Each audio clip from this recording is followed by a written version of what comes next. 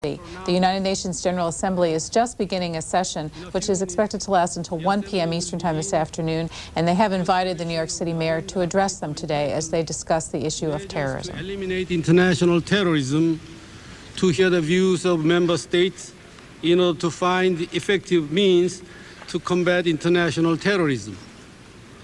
We are therefore honored that in the midst of his very daunting challenges and demanding schedule, Mayor Giuliani has made time to visit the General Assembly and to share with us his views and experience. First, I give the floor to the Secretary General. Mr. President, Excellencies, ladies and gentlemen, it is a pleasure to welcome you, Mayor Giuliani, to the United Nations headquarters. Our home is your home, and your home, this unique city of New York, is our heroic and hospitable host city. Mr. Mayor, the United Nations has always drawn enormous strength from this city. Since the attack on the World Trade Center in Washington, D.C., we have also drawn strength from your leadership, your resilience, your commitment to the tolerance and diversity that have made New York such a magnet and such an outstanding world capital. Thank you for helping all of us in this city to at least begin to recover from this crisis. I am glad you are here today to see firsthand how the organization is responding. The Security Council and the General Assembly quickly condemned the attack. On Friday, the Council unanimously adopted another resolution aimed at cracking down on terrorism. And today, the General Assembly begins its debate on the subject. This attack has wounded the entire world, but shared adversity has brought New York City and the United Nations closer together than ever before. We are united in grief. At least 7 of our staff members lost immediate family in the attack. Many more lost dear friends. We are united in helping the city in its hour of need. United Nations staff members have raised more than $100,000 to assist. Our tour guides are helping the American Red Cross. Other staff members are working as volunteer interpreters at the Family Center at Pier 94. And as you know, the General Assembly postponed its high-level general debate so as not to burden the city and particularly the police, the fire, and security personnel who have responded so valiantly to this crisis. Finally, we are united in our determination to root out terrorism. If there is one message I took away from the tour of Ground Zero you provided 2 weeks ago, it is that the world must come together to defeat this menace. Mr. Mayor, you are not only the mayor of New York, you are not the only mayor of New York to have been frustrated by some things that have been said or done in this building. No healthy partnership is without strains, but today we are truly united. We are your neighbors. We share your hopes for a world where peace, justice, health, and opportunity are enjoyed by all. I am sure there are also in this hall men and women who share your love for the opera and the Yankees. I should add, in spirit of tolerance, that there are probably some Met fans here too. Most of all, Mr. Mayor, we pledge our support for the city's swift and full recovery. Thank you very much for joining us this morning. Thank you. I thank the Secretary General for his statement. I now invite the Honorable Rudolph Giuliani, Mayor of the City of New York, to take the floor. I request the Chief of Protocol to escort His Honor.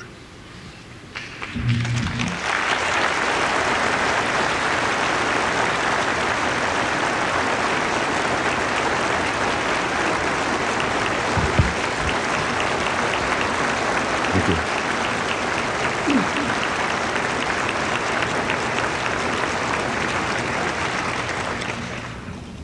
Thank you, President of the General Assembly, Dr. Hang Seung-so, and Secretary General Annan. And thank you very much for the opportunity to speak, and also for the consideration you showed the city in putting off your general session. And as I explained to the Secretary General and the President of the General Assembly, we are now open and we're ready, and at any time that we can arrange it, we look forward to having your heads of state and your foreign ministers here for that session. On September 11th, 2001, New York City, the most diverse city in the world, was viciously attacked in an unprovoked act of war. More than 5,000 innocent men, women, and children of every race, religion, and ethnicity are lost. Among these were people from 80 different nations. To their representatives here today, I offer my condolences to you as well, on behalf of all New Yorkers who share this loss with you. This was the deadliest terrorist attack in history. It claimed more lives than Pearl Harbor or D-Day. This was not just an attack on the city of New York or on the United States of America. It was an attack on the very idea of a free, inclusive, and civil society. It was a direct assault on the founding principles of the United Nations itself. The preamble to the UN Charter states that this organization exists to reaffirm faith in fundamental human rights, in the dignity and worth of the human person, to practice tolerance and live together in peace as good neighbors, and to unite our strength to maintain international peace and security. Indeed, this vicious attack places in jeopardy the whole purpose of the United Nations. Terrorism is based on the persistent and deliberate violation of fundamental human rights.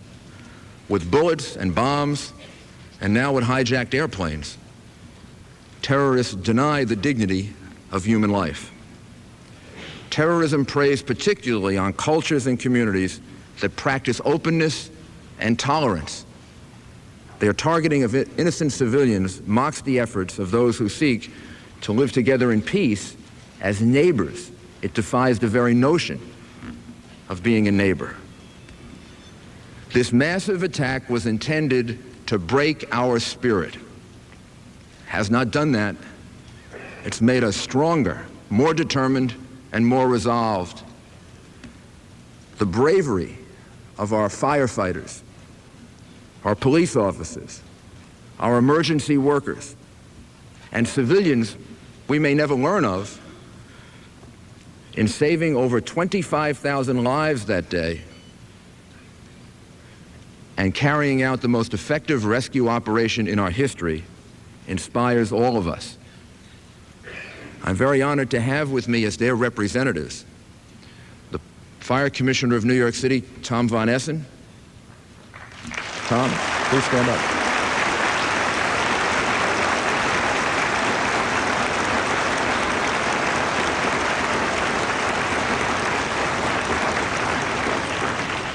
And the Police Commissioner of New York City, Bernard Kerik.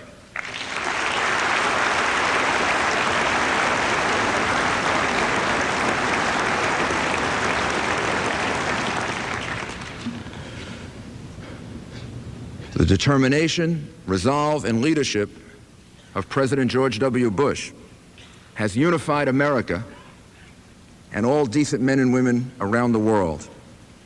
and the response of many of your nations, your leaders and people, spontaneously demonstrating in the days after the attack your support for New York and America, and your understanding of what needs to be done to remove the threat of terrorism gives us great, great hope that we will prevail.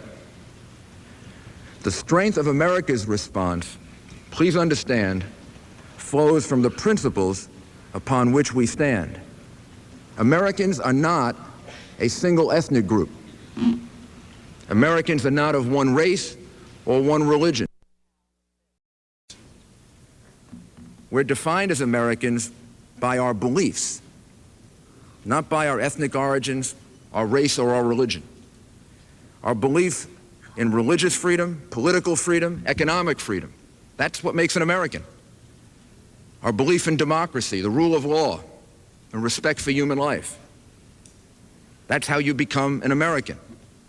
It's these very principles and the opportunities these principles give to so many to create a better life for themselves and their families that make America and New York a shining city on a hill. There's no nation in the history of the world and no city that has seen more immigrants in less time than America. And people continue to come here in large, large numbers to seek freedom, opportunity, decency, civility. Each of your nations, I'm certain, has contributed citizens to the United States and to New York. I believe I can take every one of you someplace in New York City, and you can find someone from your country, someone from your village or town that speaks your language and practices your religion.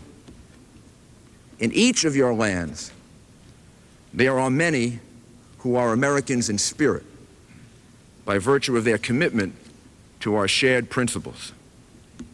It's tragic and perverse that it's because of these very principles, particularly our religious, political, and economic freedoms, that we find ourselves under attack by terrorists. Our freedom threatens them because they know if our ideas of freedom gain a foothold among their people, it will destroy their power. So they strike out against us to keep those ideas from reaching their people. The best long-term deterrent and approach to terrorism, obviously, is the spread of the principles of freedom and democracy and the rule of law and respect for human life. The more that spreads around the globe, the safer we will all be. These are very, very powerful ideas. And once they gain a foothold, they cannot be stopped. In fact, the rise that we've seen in terrorism and terrorist groups, I believe, is in no small measure a response to the spread of these ideas, freedom and democracy, to many nations, particularly over the past 15 years. The terrorists have no ideas or ideals with which to combat freedom and democracy. So their only defense is to strike out against innocent civilians, destroying human life in massive numbers and hoping to deter all of us from our pursuit and expansion of freedom. But the long-term deterrent of spreading our ideals throughout the world is just not enough and may never be realized if we do not act and act together to remove the clear and present danger posed by terrorism and terrorists. The United Nations must hold accountable any country that supports or condones terrorism. Otherwise, you will fail in your primary mission as peacekeeper. It must ostracize any nation that supports terrorism. It must isolate any nation that remains neutral in the fight against terrorism. Now is the time, in the words of your charter, the United Nations Charter, to unite our strength to maintain international peace and security. This is not a time for further study or vague directives.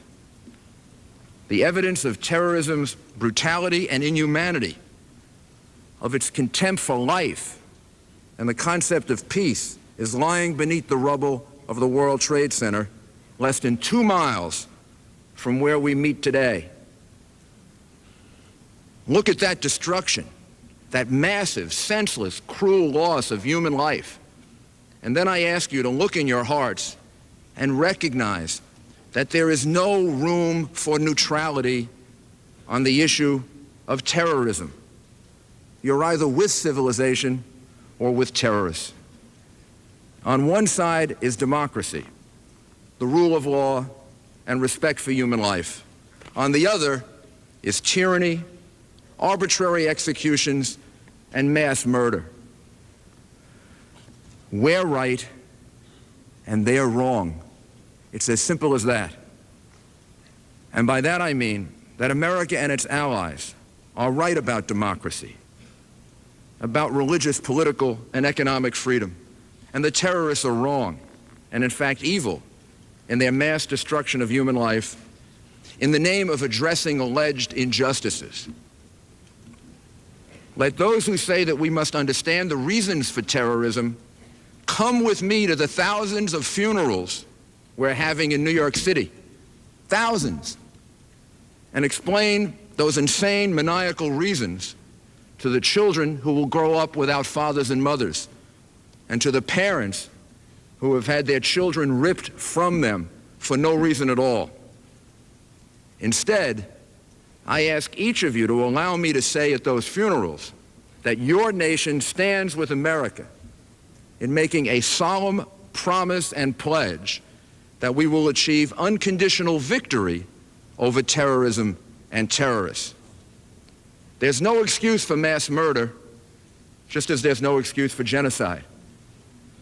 Those who practice terrorism, murdering or victimizing innocent civilians, lose any right to have their cause understood by decent people and lawful nations.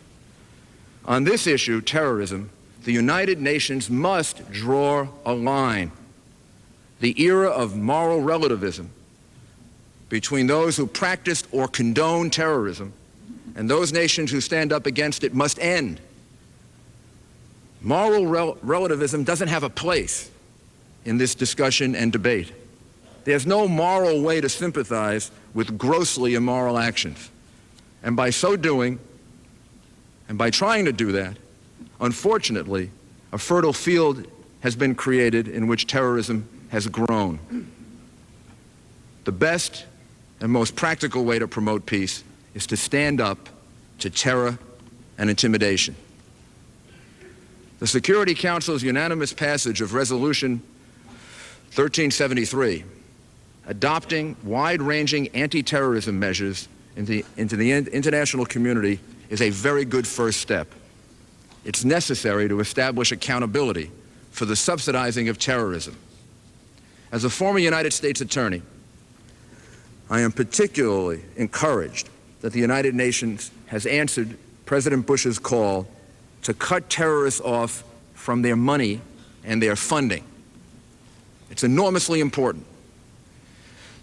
We've done that successfully with organized crime groups in America by taking away their ability to mass large amounts of money. You take away their ability to have others carry on their functioning for them, even if they're removed, arrested, prosecuted, or eliminated through war or through law enforcement. It cuts off the lifeblood of the organization. So I believe this was a very good first step. But now it's up to the member states to enforce this and other aspects of the resolution, and for the United Nations to enforce these new mechanisms to take the financial base away from the terrorists. Take away their money, take away their access to money, and you reduce their ability to carry out complex missions. Each of you sitting in this room is here because of your country's commitment to being part of the family of nations. We need to unite now as a family as never before, across all of our differences, in recognition of the fact that the United Nations stands for the proposition that human beings have more in common than divide us. If you need to be reminded of this, you don't need to look very far. Just go outside for a walk in the streets and the parks of New York City. You can't walk a block or 2 blocks in New York City without seeing somebody that looks different than you, acts different than you, talks different than you, believes different than you. If you grow up in New York City, you learn that. And then you learn something, if you're an intelligent or decent person, you learn that all those differences are nothing in comparison to the things that unite us. We're a city of immigrants, unlike any other city, within a nation of immigrants. Like the victims of the World Trade Center attack, we're of every race, we're of every religion, we're of every ethnicity, and our diversity has been our greatest source of strength. It's the thing that renews us and revives us in every generation, our openness to new people from all over the world. So from the first day of this attack, an attack on New York, on America, and I believe on the basic principles that underlie this organization, I've told the people of New York that we should not allow this to divide us, because then we would really lose what this city is all about. We have a very, very strong, we have very strong and vibrant Muslim and Arab communities in New York City. They are an equally important part of the life of our city. We respect their religious beliefs.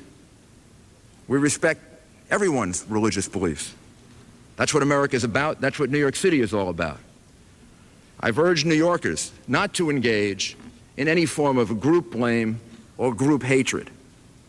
This is exactly the evil that we're confronting with these terrorists.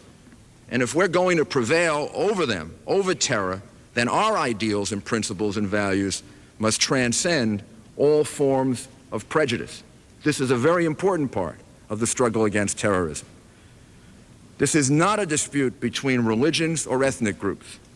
All religions, all decent people are united in their desire to achieve peace and understand that we have to eliminate terrorism. We're not divided about this. There have been many days in New York when I was running for mayor, and since I've been mayor, many times when I would have a weekend in which I would go to a mosque on a Friday and a synagogue on a Saturday and a church, sometimes 2 churches, on a Sunday.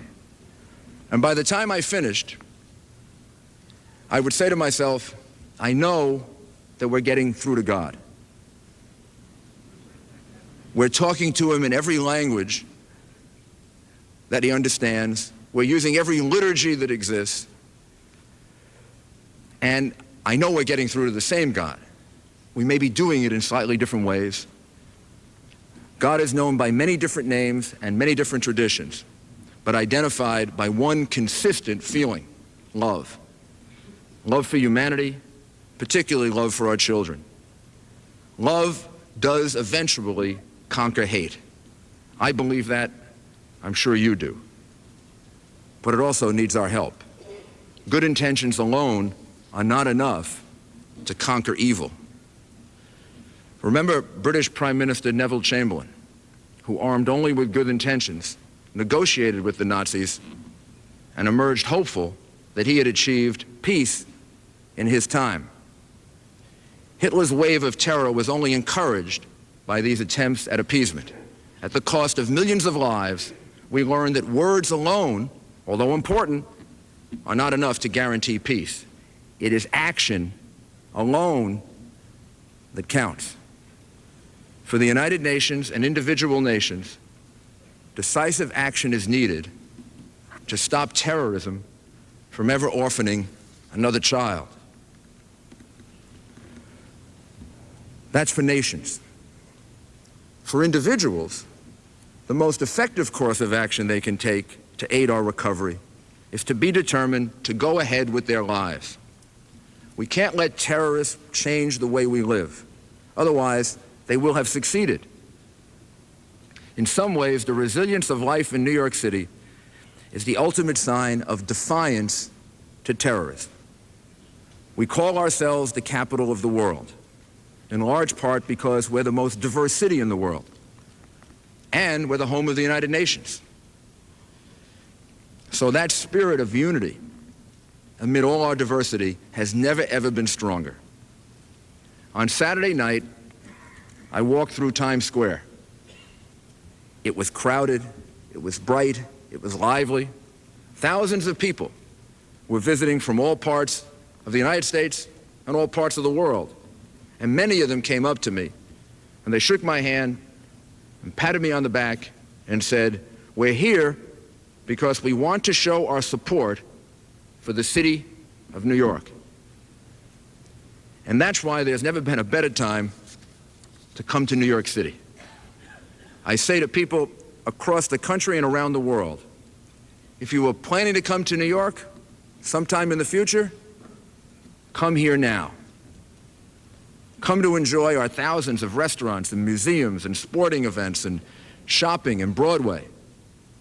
But also come to take a stand against terrorism. We need to heed the words of a hymn that I and the police commissioner and the fire commissioner and have heard over and over again at the many funerals and memorial services that we've gone to in the last week, 2 weeks. The hymn begins, "Be not afraid." Freedom from fear is a basic human right. We need to reassert our right to live free from fear with greater confidence and determination than ever before, here in New York City, across America, and around the world. With one clear voice, unanimously, we need to say, we will not give in to terrorism. Surrounded by our friends of every faith, we know this is not a clash of civilizations. It's a conflict between murderers and humanity. This is not a question of retaliation or revenge. It's a matter of justice leading to peace. The only acceptable result is the complete and total eradication of terrorism. New Yorkers are strong and they are resilient. We are unified and we will not yield to terror. We do not let fear make our decisions for us. We choose to live in freedom. Thank you and God bless you.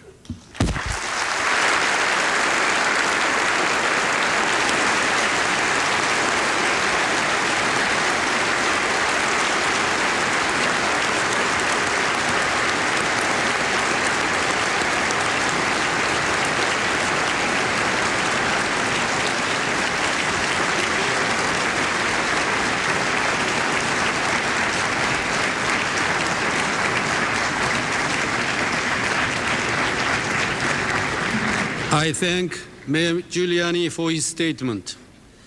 I should now like to invite delegates to remain seated as the 12th plenary meeting of the General Assembly will begin momentarily.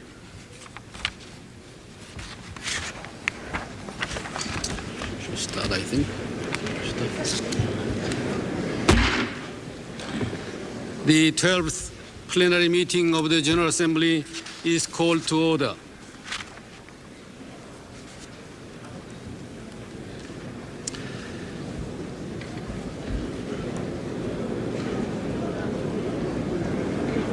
We will wait for a few minutes before they depart.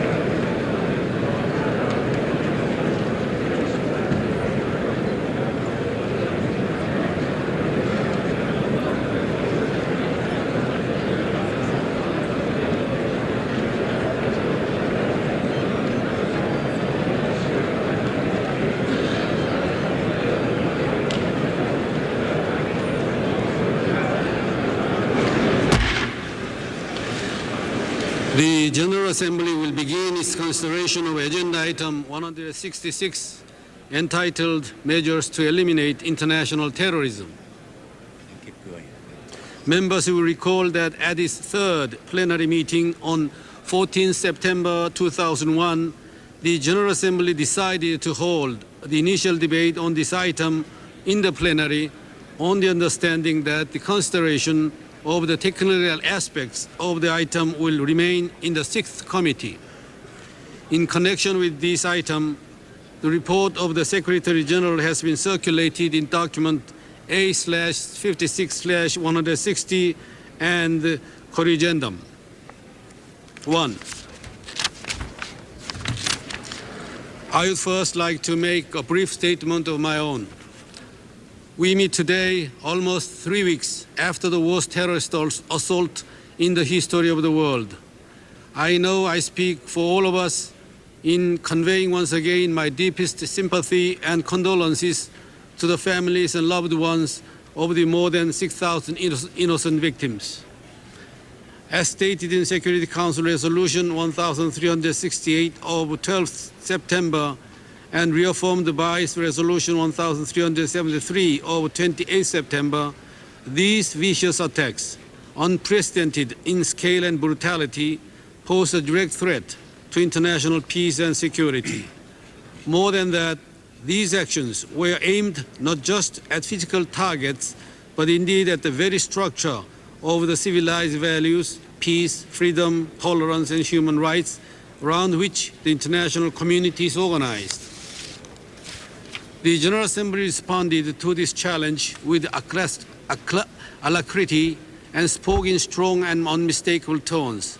On the very first day of the session, 12 September, the Assembly unanimously passed Resolution 56/1, condemning the most heinous terrorist attacks and calling for greater international cooperation to prevent and eventually eradicate international terrorism. I am confident that our meetings during the next few days will provide a timely impetus for achieving the objectives set forth in Resolution 56/1. Silence, please.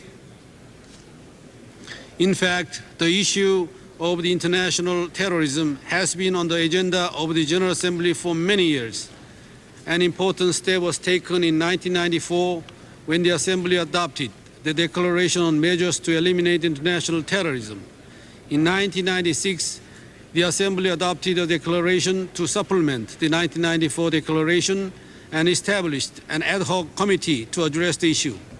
This ad hoc committee, along with a working group of the Sixth Committee, was given a mandate to elaborate draft conventions against international terrorism. In recent years, the Assembly has contributed to the development of a comprehensive legal framework of anti-terrorism convention by adopting two key instruments. They are the International Convention for the Suppression of Terrorist Bombings, adopted by Assembly Resolution 52/156, which entered into force on 23rd May this year, and the Convention for the Suppression of the Financing of the Terrorism, adopted by Assembly Resolution 54/109, which so far has gained 45 signatories and 4 ratifications, requiring 18 additional ratifications before its entry into force. Based on such progress in building an effective international framework for combating terrorism, the member states are now discussing a comprehensive convention on international terrorism.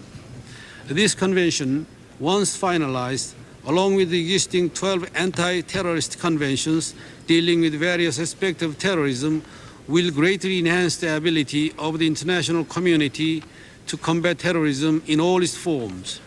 Therefore, I would like to take this opportunity to urge the member states to strengthen their efforts to achieve an early conclusion of the comprehensive convention. At the same time, I wish to encourage those member states that have not yet done so to sign and ratify the existing conventions as soon as possible. Last but not least, I want to emphasize that the fight against terrorism is an issue that transcends cultural and religious differences, while threatening people of all cultures and religious faiths. We must never forget that terrorism is not a weapon wielded by one civilization against another, but rather an instrument of destruction through which small bands of criminals seek to undermine civilization itself. The United Nations has designated this year as the Year of Dialogue Among Civilizations. Terrorism is one of the gravest and most urgent of many international issues that can be effectively addressed only in the spirit of intercultural dialogue. Through such dialogue, the peoples of the world can unite around their common interests and shared values, so many of which are directly menaced by international terrorism. Nothing can make amends for this senseless loss of life on 11th September, but I hope that this unspeakable tragedy will serve to strengthen our resolve to one day eliminate the threat of international terrorism once and for all. Thank you very much. I now give the floor to the Secretary General.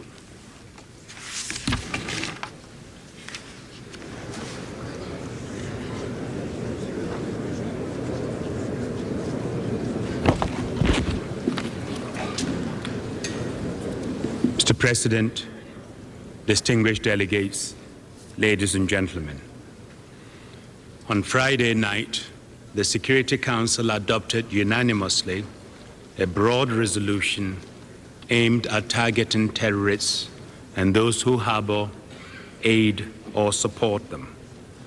That resolution requires member states to cooperate in a wide range of areas, from suppressing the financing of terrorism to providing early warning, cooperating in criminal investigations, and exchanging information on possible terrorist acts.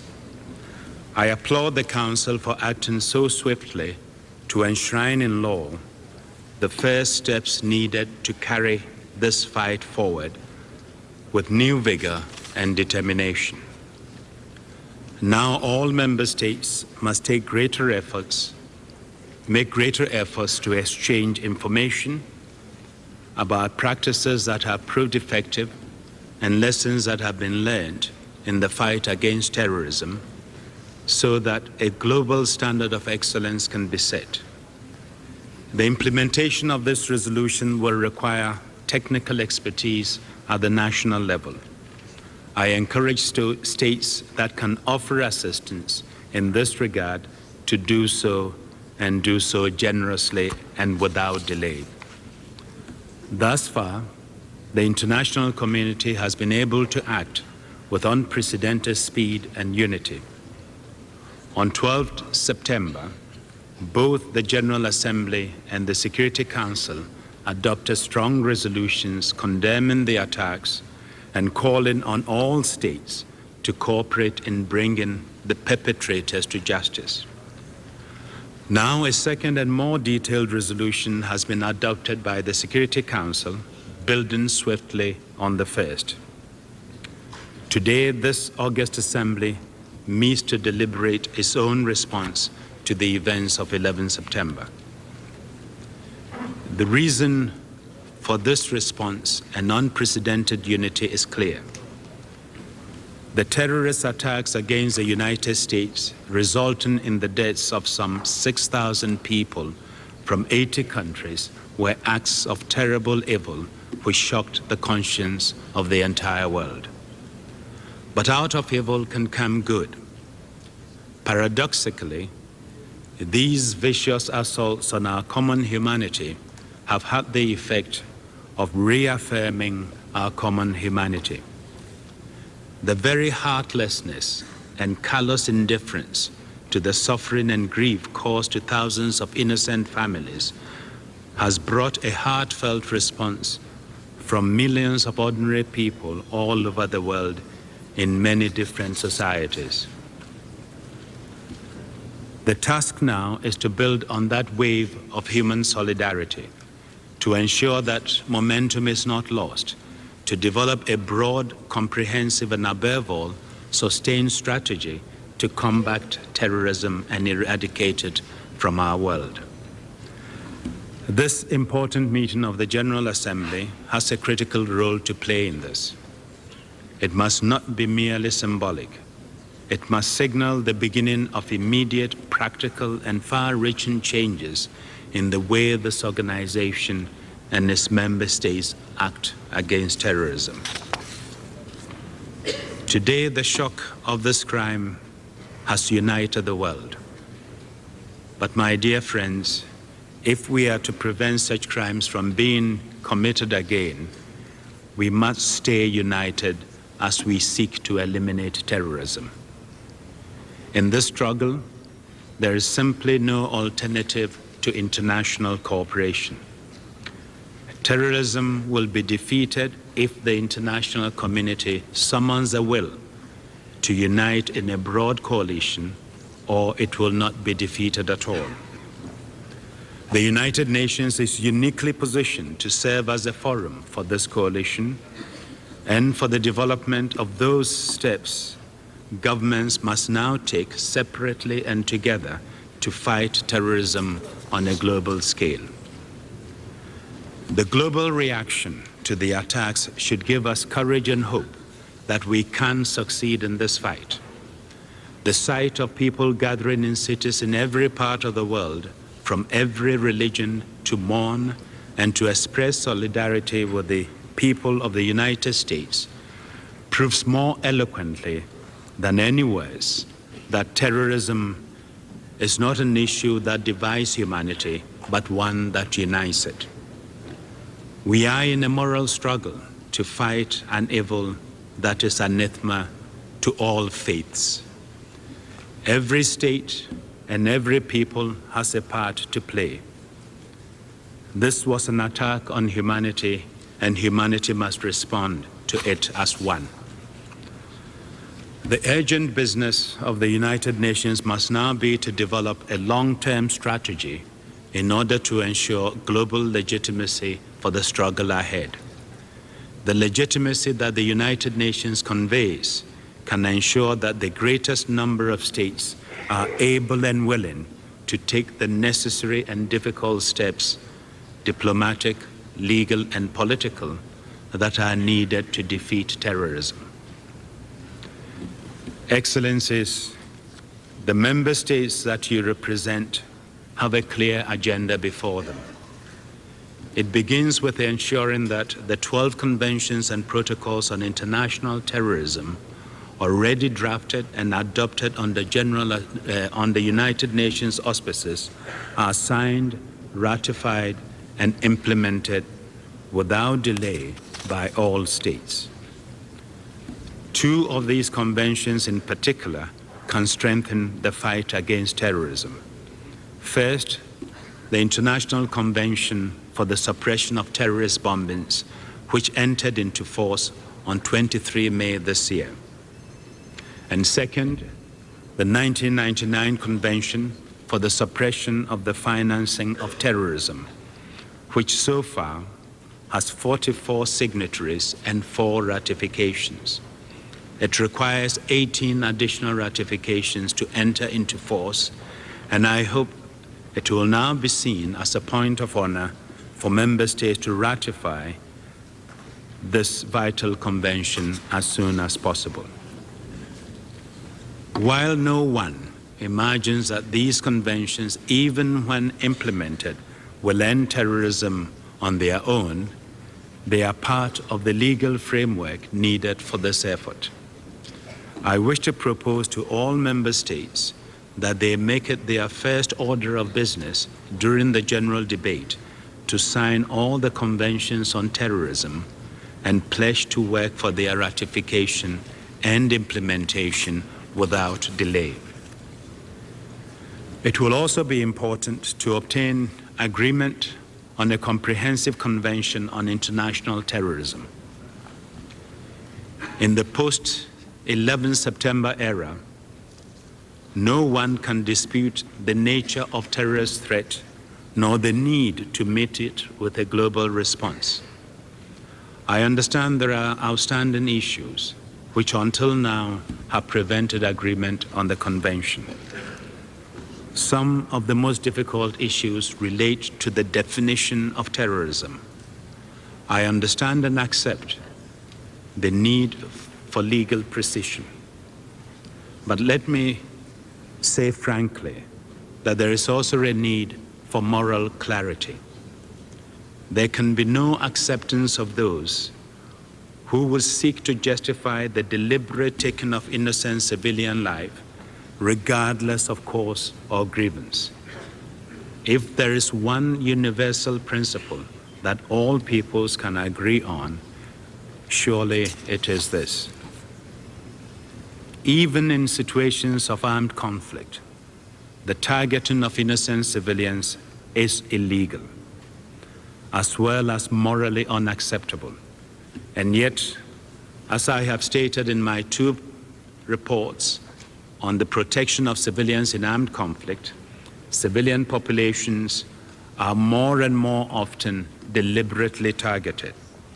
Indeed, civilians have become the principal victims of conflict, accounting for an estimated 75% of all casualties. This demands from all of us an increased attention to the civilian cost of conflict.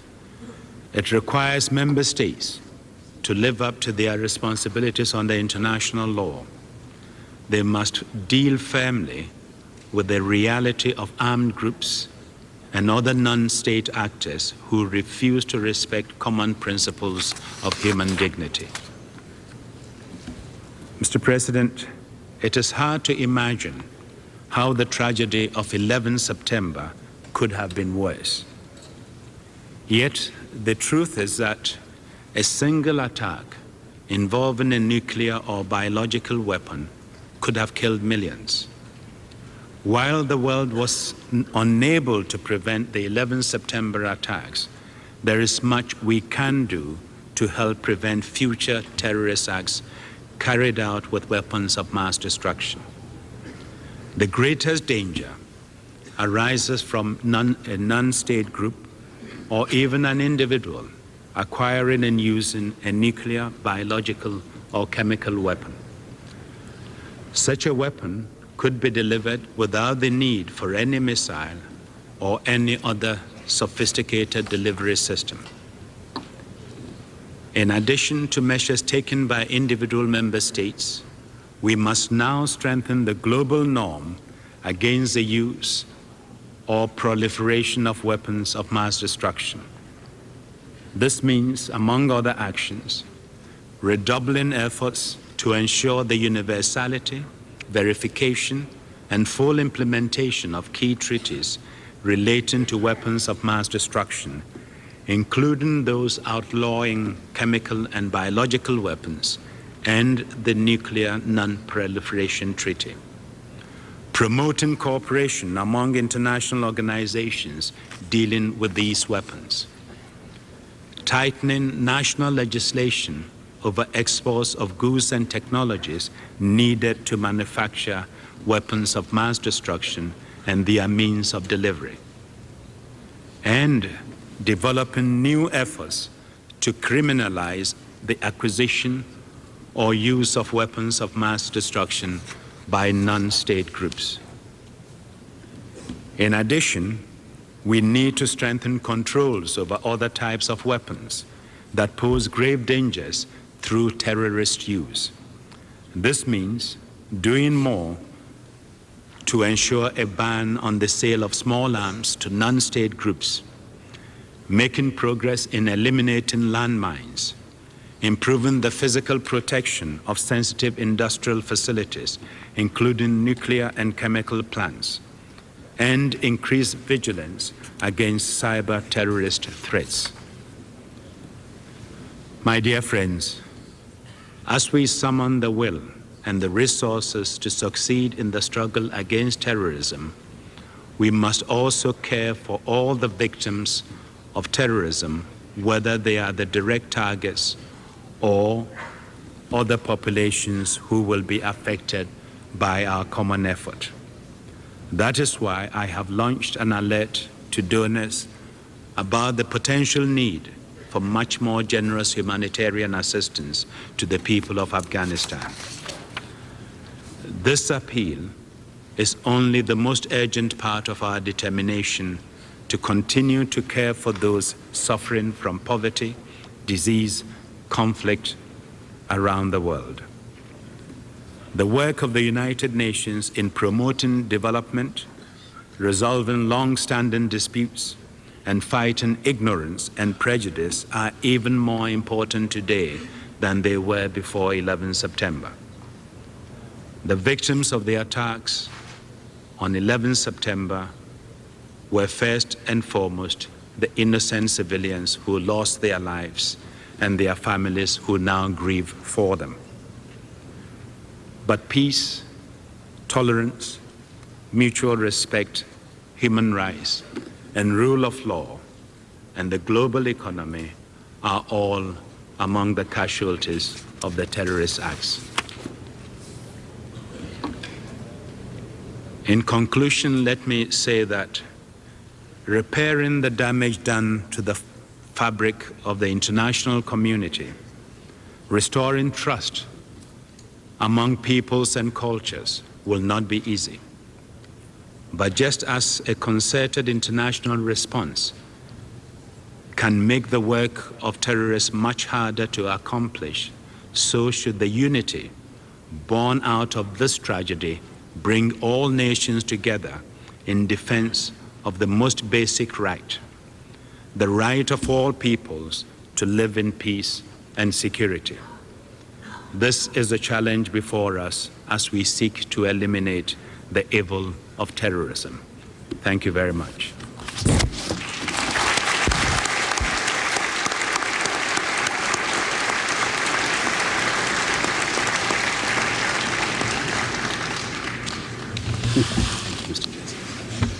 I thank the Secretary General for his statement.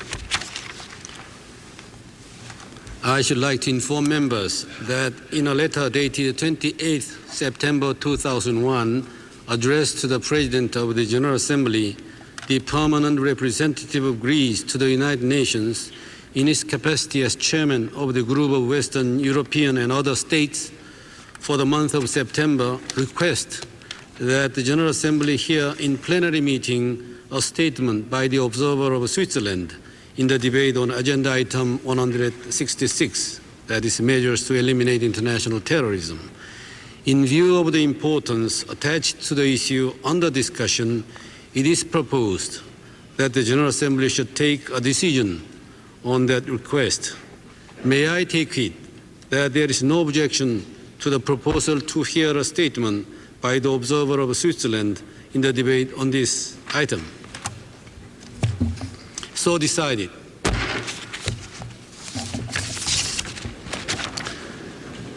Before giving the floor to the first speaker on the list of speakers for this item, I should like to recall for your attention that in its report contained in document A/56/250, the General Committee drew the attention of the Assembly to paragraph 22 of the Annex to Resolution 51/241, which states, outside the general debate, there shall be a 15-minute time limit in plenary meetings and in the main committees.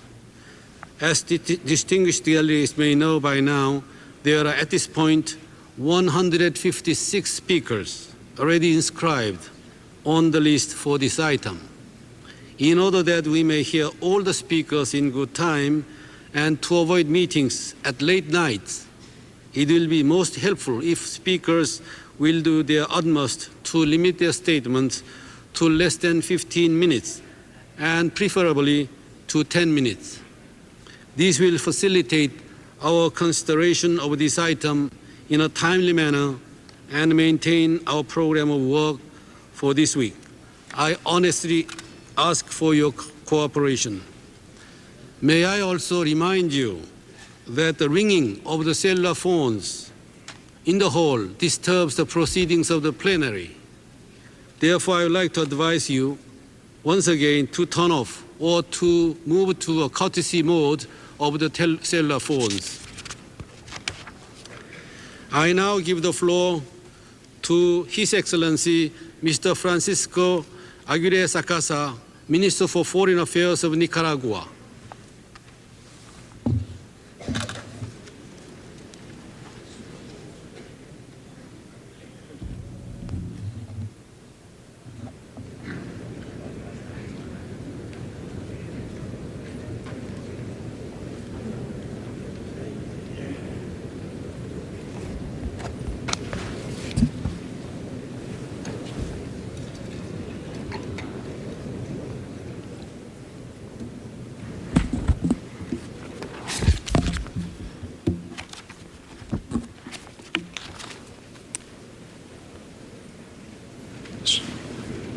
Señor Presidente, Mr. President of the General Assembly, Mr. Secretary General of the United Nations, distinguished delegates, ladies and gentlemen.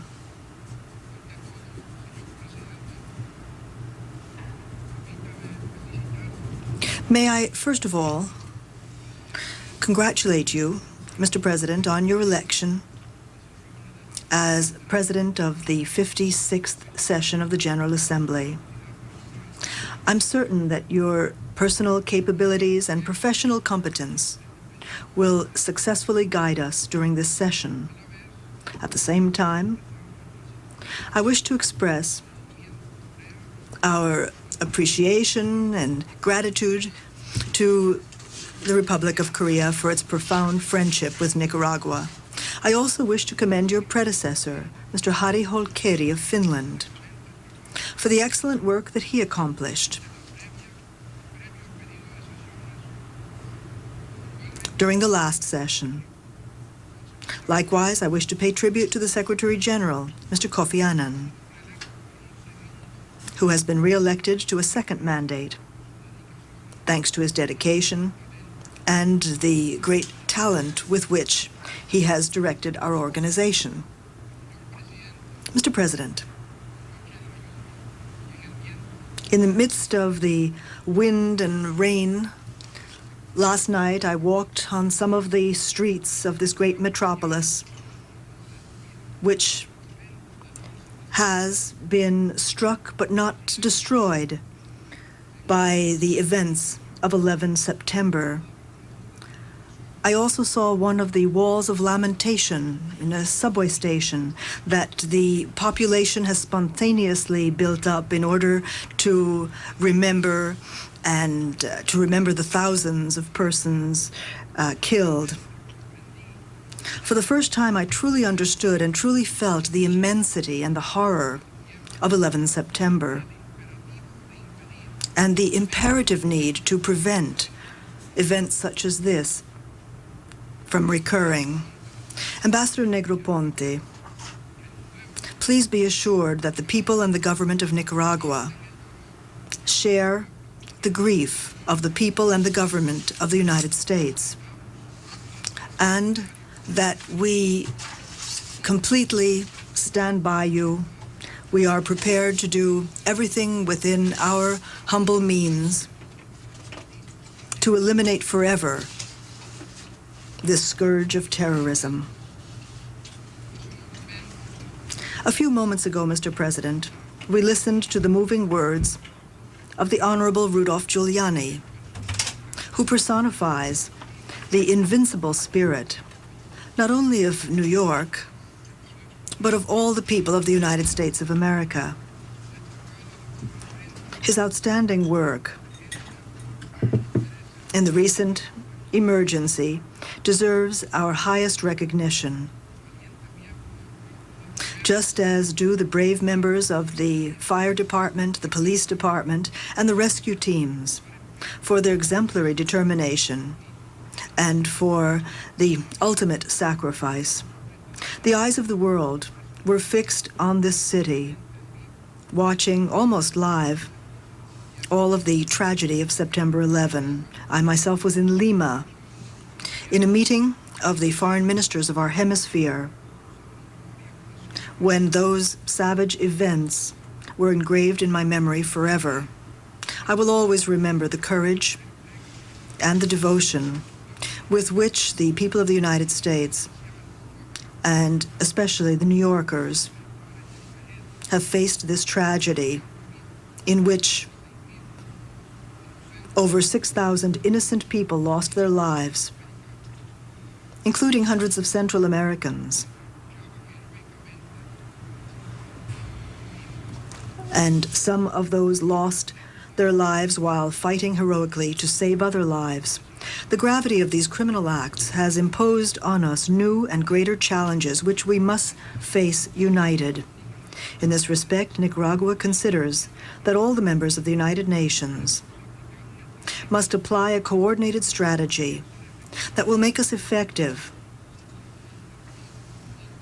in our battle against international terrorism.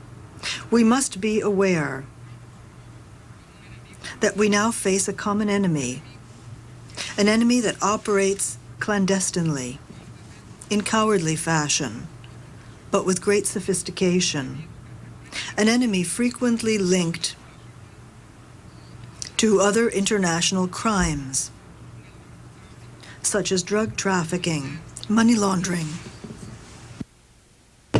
and the diverse forms of organized crime that facilitate and finance the commission of these criminal acts. For this reason, in order to safeguard security for humanity and the fundamental values of our civilization, we need to press forward, to rise without hesitation from this trial and strengthen cooperation in order to declare together a world war on terrorism, a common enemy of all peoples, of all beliefs and religions, and of peace and democracy. This is our duty. This, I repeat, is an imperative for the community of nations. The first step toward winning the war against terrorism is not to allow ourselves to be frightened by its actions. For this reason, Nicaragua decided to proceed with the third meeting of states parties to the Convention on the Prohibition of Use, Storage, Production and Transfer of Anti-Personnel Mines and their destruction, held in Managua, September 17th to the 21st, despite other international conferences around the world being canceled or postponed. Nicaragua decided to go ahead with the meeting because we did not want to surrender to terrorism. We did not want to allow ourselves to be cornered by these sinister forces that attempt to interrupt normality, to paralyze us, and turn us into hostages of fear, all in the name of causes that are presented as being noble objectives. We were very happy to receive the more than 90 delegations that had to make tremendous sacrifices and efforts to reach Managua in the spirit of expressing their firm support for peace, peaceful solutions to conflicts, and to demonstrate their commitment to the millions of citizens who live in countries such as ours affected by the presence of anti-personnel mines. Mr. President, Nicaragua has committed itself to being implacable against terrorism. We are taking concrete measures because we are not going to allow our territory to be used as a platform for committing such abominable acts as took place on September 11th. More specifically, in order to give an unqualified no to terrorism, we have taken the following actions. First, our president, Arnoldo Alemán Lacayo, held an emergency meeting with his Central American counterparts this past 19th of September in Honduras to endorse the Central America United Against Terrorism Declaration, in which the countries of the Isthmus strongly condemned any link between groups or sectors of the Central American region and international terrorism, and defined immediate actions such as strengthening the information and intelligence exchange mechanisms, strengthening border security, strengthening control of migratory flows, reform penal legislation, to make association with terrorist groups or persons criminal, freeze and eventually confiscate the financial resources of terrorist networks or groups, one of the key points that was mentioned by Mayor Giuliani, and ensure the full force of all international instruments pertaining to this matter. Second, as the host of the third conference of the states parties of the Ottawa Convention, Nicaragua promoted a declaration with an energetic condemnation of the horrible terrorist attacks of 11 September, in which we urged all countries to work together to bring to justice the perpetrators of these despicable acts, as well as those who assist and support them.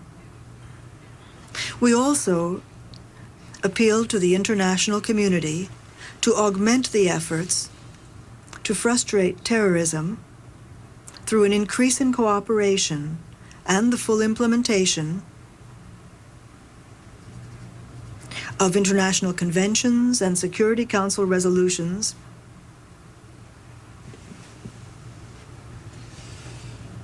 including that of the Security Council of 12 September and of the General Assembly of 12 September. At the OAS, Nicaragua co-sponsored the Brazilian initiative to convene immediately the consultative organ of the Inter-American Treaty of Reciprocal Assistance. In keeping with this position, Nicaragua joined the states of the hemisphere in approving concrete measures against terrorism, among them the creation of a project for the Inter-American Convention Against Terrorism with the aim of protecting our common values and the right of our citizens to live in peaceful and secure surroundings. And lastly, this past September 27th, at the meeting of the Commission on Central American Defense and Security, the countries of the Isthmus agreed to create new mechanisms of security and coordination between the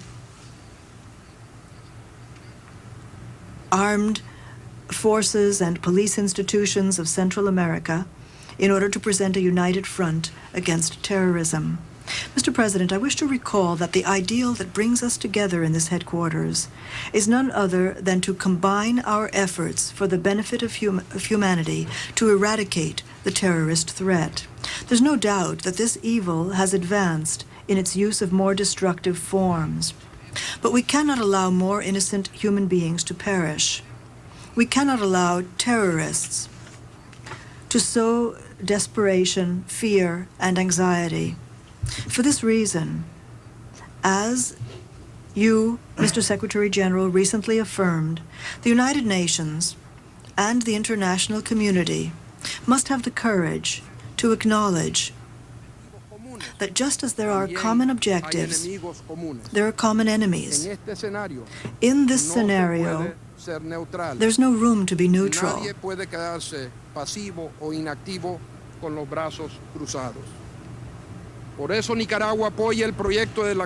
No one can be passive and indifferent. For this reason, Nicaragua supports the draft comprehensive Convention on International Terrorism, for which negotiations were initiated based on the draft presented by the government of India. An initiative which we consider extremely important. Equally, we're very satisfied and fully support Resolution 1373, unanimously adopted last Friday by the Security Council, and which establishes a wide-ranging framework for combating all aspects of terrorism. Nicaragua supports the considerations of the Secretary General of the United Nations, who has recognized our organization as the natural forum for building a universal coalition, giving long-term global legitimacy to the fight against terrorism. Nevertheless, the universal calling of our organization cannot be complete as long as there is a state with profound democratic roots that cannot participate as a full member in the work of the United Nations system. I am referring to the Republic of China, Taiwan. Like all the citizens of the world, its 23 million inhabitants suffer the effects of terrorism.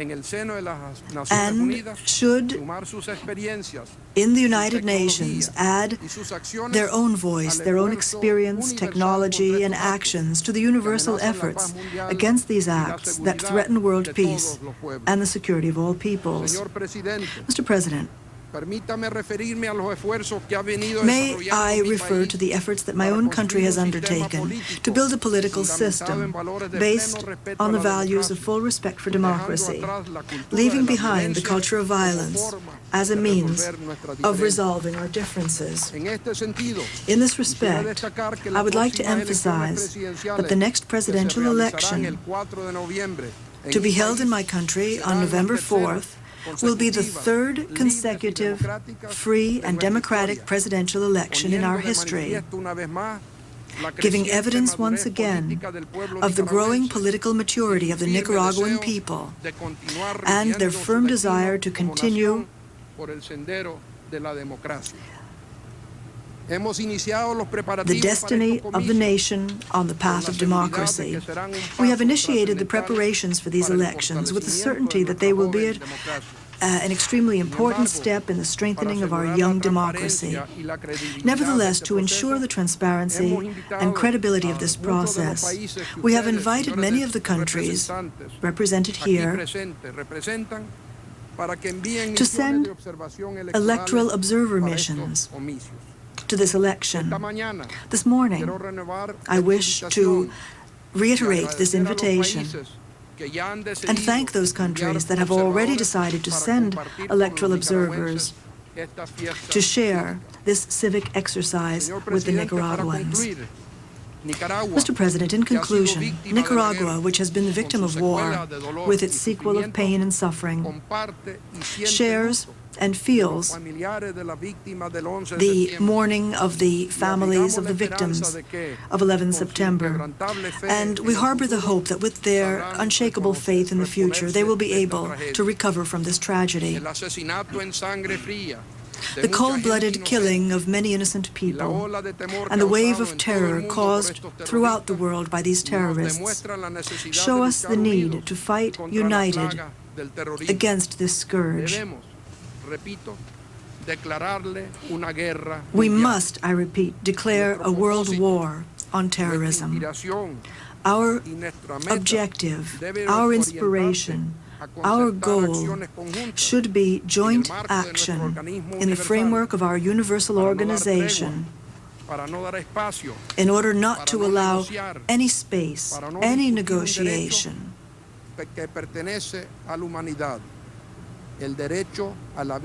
in order to support the right of all humankind, the right to live free of terrorism. Thank you.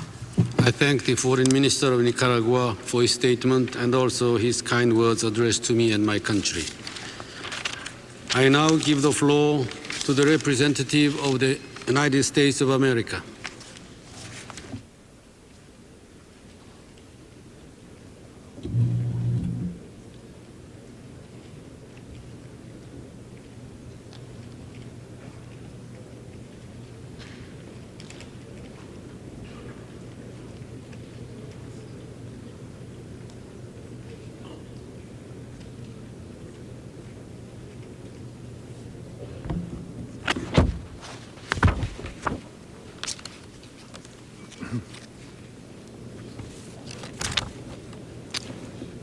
President Hahn, Mr. Secretary General, members of the General Assembly. This General Assembly, as you all know, was meant to implement the Millennium Declaration issued 1 year ago this month. In it, we declared certain fundamental values to be essential to international relations in the 21st century. Freedom, equality, solidarity, tolerance, respect for nature, and shared responsibility.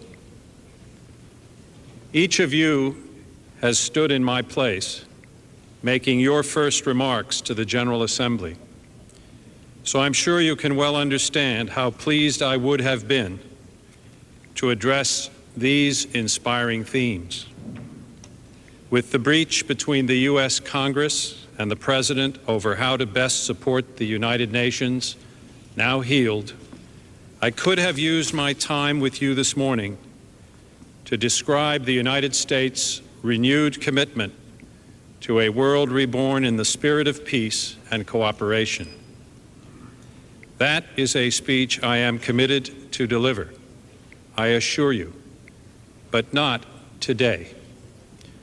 Tragically, the heinous terrorist attacks of September 11th, 2001 have led us, all of us, not to the Millennium Declaration, but back to our original declaration on June 25th, 1945.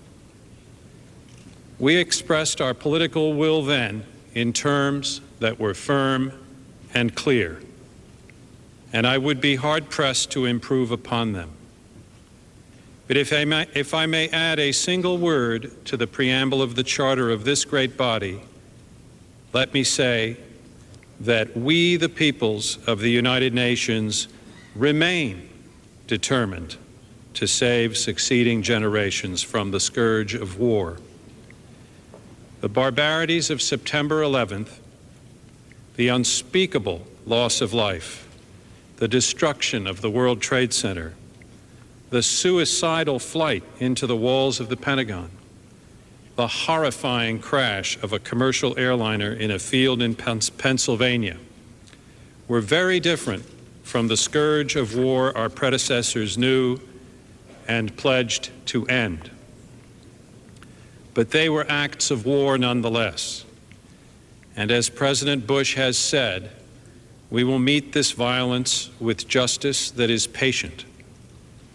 But whether we bring our enemies to justice or bring justice to our enemies, justice will be done.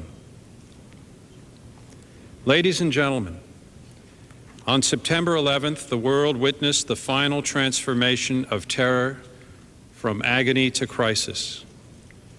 We knew we had cancer. Now we know it has metastasized. The Al-Qaeda terrorist network reached into the very systems of cooperation and communication which we have painstakingly established to bring the world closer together, from civil aviation to telecommunication, to the transfer of money, to the free movement of people, and turned the building blocks of peace into weapons of war. Men suicidally intoxicated with a vision of the void perverted the basic elements of civilized life and dared call their deeds the works of God. Some power possessed them, but not a higher power, some power that rendered the impact of these assaults exponentially greater than anything we have ever witnessed before, some power that is the dark antithesis of the light we all want to see at the dawn of the new millennium. The attacks of September 11th took place within the territory of the United States, but the grief has spread far beyond our borders. My delegation is not the only one that mourns. Scores of nations lost their citizens, their brothers and sisters, their parents, their children. Our deepest sympathies go to all of you. And let me say that the offers of support we have received from you in return, specially trained Asian firefighters, European burn teams, Latin American urban rescuers, Arab physicians, and African trauma managers have touched the people of the United States deeply. As we meet here today, I know all of you join me in asking, what more can we do? What more must we do?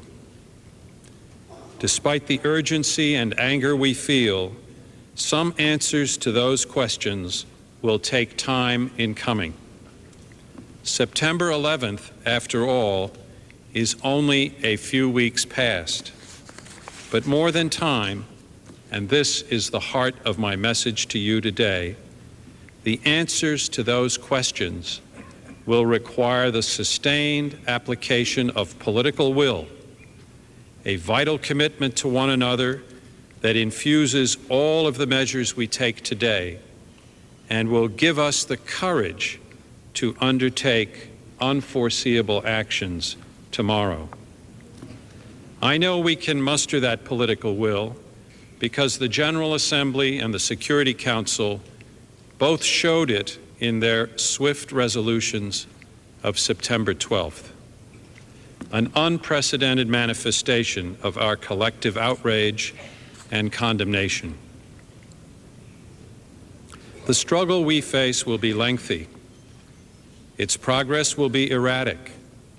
Already we see heartening results through effective law enforcement around the world. But this war won't be over until we shatter the global terrorists' ability to share information, techniques, personnel, money, and weapons. And as we dismantle the terrorists' ability to leverage their resources by cross-border subterfuge, we must also shut down their activities in each and every member state. We cannot let them act together. We cannot let them act alone. We cannot let them act at all.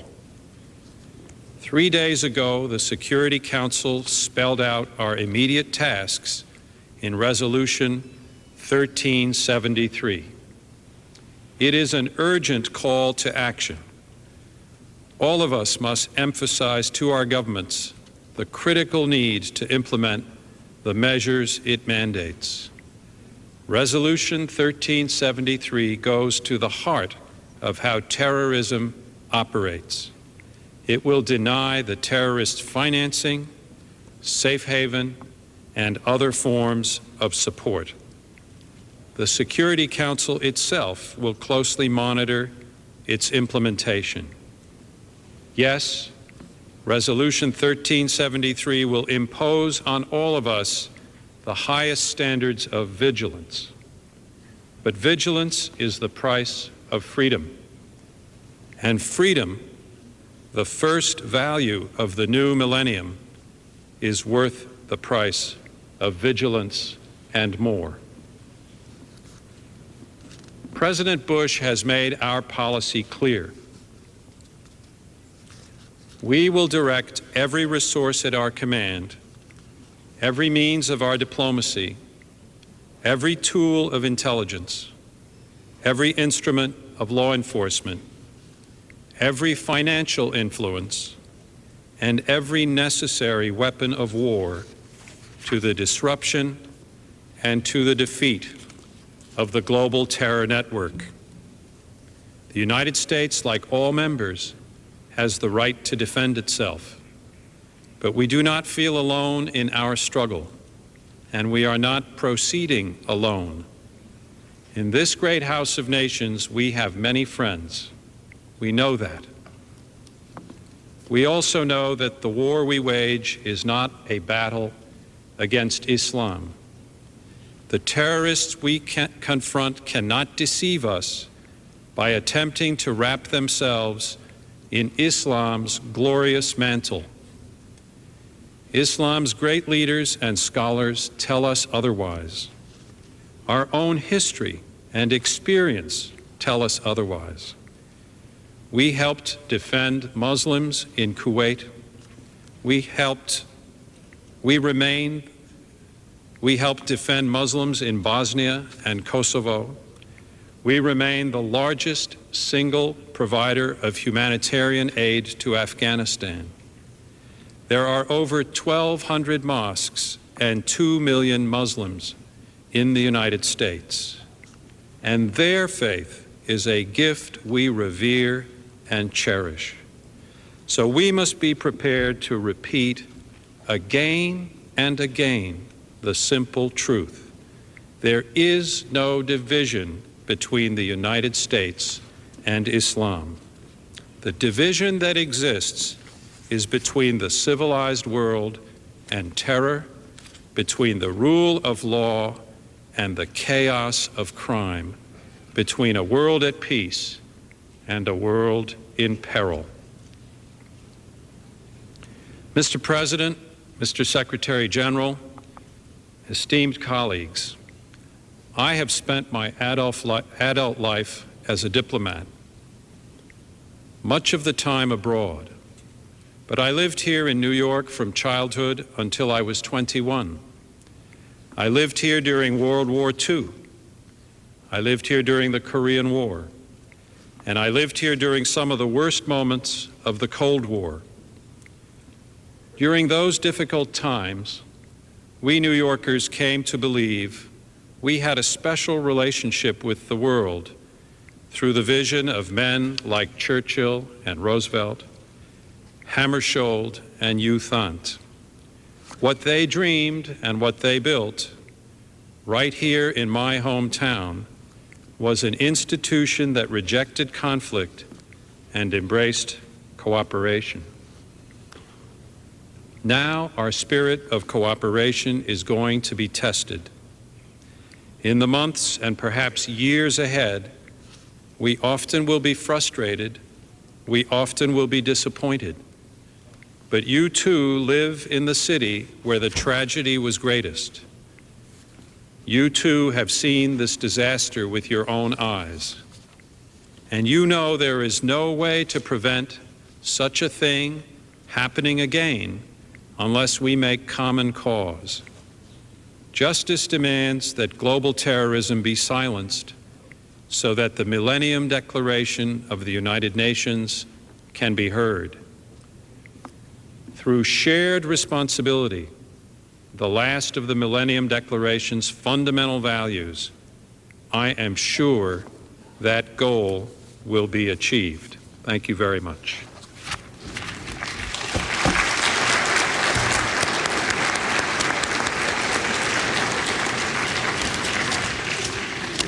I thank the representative of the United States of America.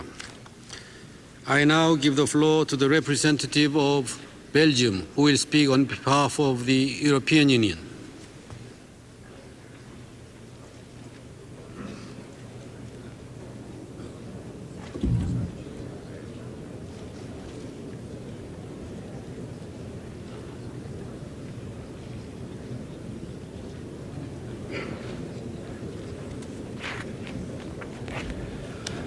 Merci, Monsieur le Président. Thank you, Mr. President. Monsieur le Président, Monsieur le Secrétaire Général, Mr. President, Mr. Secretary General, I have the honor to speak on behalf of the European Union, the countries of Central and Eastern Europe associated with the European Union, Bulgaria, the Czech Republic, Estonia, Hungary, Latvia, Lithuania, Poland, Romania, Slovakia, and Slovenia, and the associated countries of Cyprus, Malta, and Turkey align themselves with this statement. Mr. President, Mr. Secretary General, first of all, may I commend you for having us deal with this item today, an issue which mobilizes us all within this assembly. The terrorist attacks perpetrated in New York, Washington, D.C., and Pennsylvania on 11 September are an assault not only on the United States, but on all our open, democratic, tolerant, and multicultural societies. They are a challenge to the conscience of every human being. The Union condemns with the utmost forcefulness the perpetrators and the sponsors of these barbarous acts. The European Union is totally supportive of the American government and people in the face of these attacks. This condemnation is furthermore unanimous. This has been demonstrated by the action taken in our organization, demonstrated by General Assembly Resolution 5601 and Security Council Resolution 1358 in the days after those attacks, as well as 1373, adopted last Friday. The Union and its member states will be unstinting in their efforts to help identify, bring to justice, and punish the perpetrators, sponsors, and accomplices in this barbarous act. The Union will cooperate closely with the United States and the entire international community to combat international terrorism. Terrorism, Mr. President, is a real challenge to the whole world. To combat it means also to ensure respect for democracy. The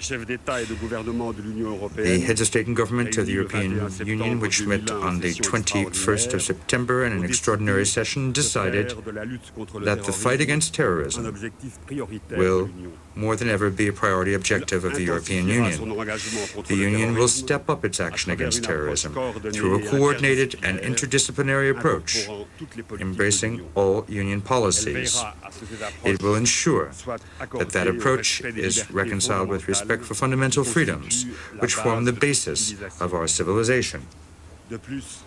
Moreover, this fight against terrorism should be coupled with the search for sustainable solutions to human and political tragedies that constitute factors of instability feeding terrorist groups. Mr. President, the fight against terrorism will require the broadest possible global coalition. That coalition should be formed under the aegis of the United Nations, which remains the most appropriate forum for revitalizing and strengthening our coordinated efforts to eliminate international terrorism. The United Nations and its specialized agencies have, in the past, successfully elaborated a series of sectoral anti-terrorist conventions, which, taken together, constitute the international legal framework for combating terrorism. In particular, there are 12 conventions which cover specific categories of terrorist acts. The most recent instruments are the International Convention for the Suppression of Terrorist Bombings and the International Convention for the Suppression of the Financing of Terrorism, adopted respectively in 1997 and 1998. Eradicating international terrorism will be possible only if all countries are fully committed to the fight.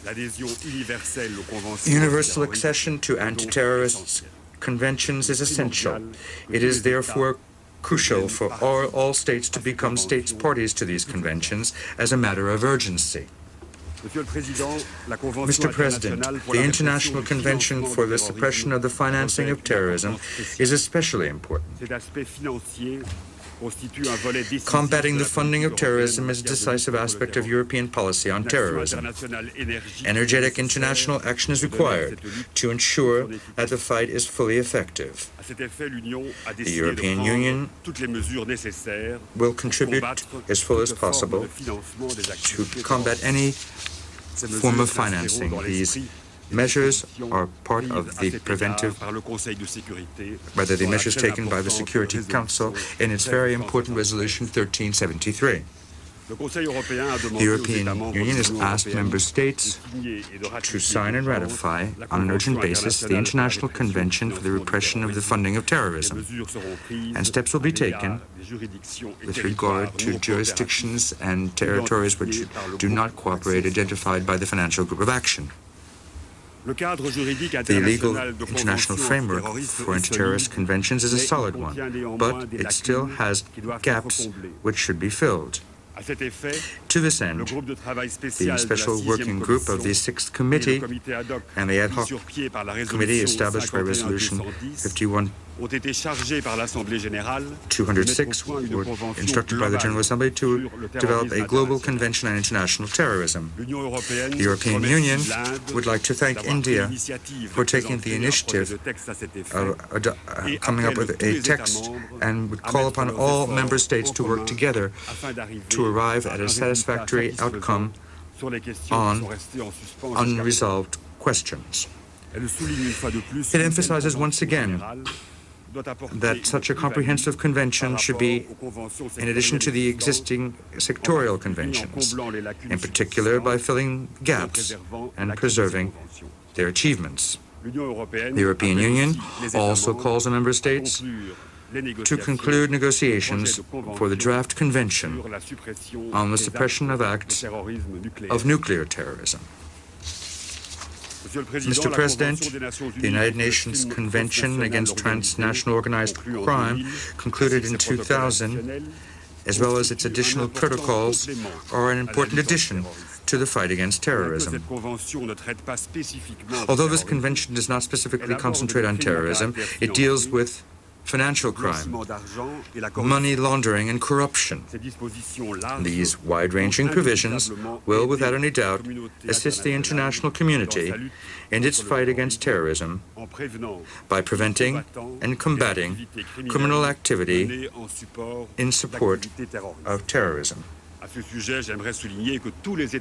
this regard, I would like to emphasize all the members of the European Union have signed the convention. The adoption on the 6th of September of the revised draft plans of action for the implementation of the Vienna Declaration on Crime and Justice, from which a chapter has been dedicated to specific recommendations for action against terrorism, should also be taken in this context. The European Union supports the adoption of this plan of action by the General Assembly. The implementation of the existing anti-terrorist conventions is just as important as their ratification. The European Union calls on all countries to take all necessary measures for the implementation of these instruments. It also asks member states of the United Nations to consider possible ways of establishing a mechanism for monitoring their implementation in the United Nations framework. We welcome in this regard the fact that a monitoring mechanism has been established by the Security Council in its Resolution 1373 of the 28th of September 2001, with a view to ensuring its full implementation. In the meantime, the European Union considers it would be useful to give higher profile to the Secretariat's annual report on the status and implementation of multilateral, regional, and bilateral agreements on international terrorism. The European Union intends to ask the Secretariat to publish that report on the United Nations website.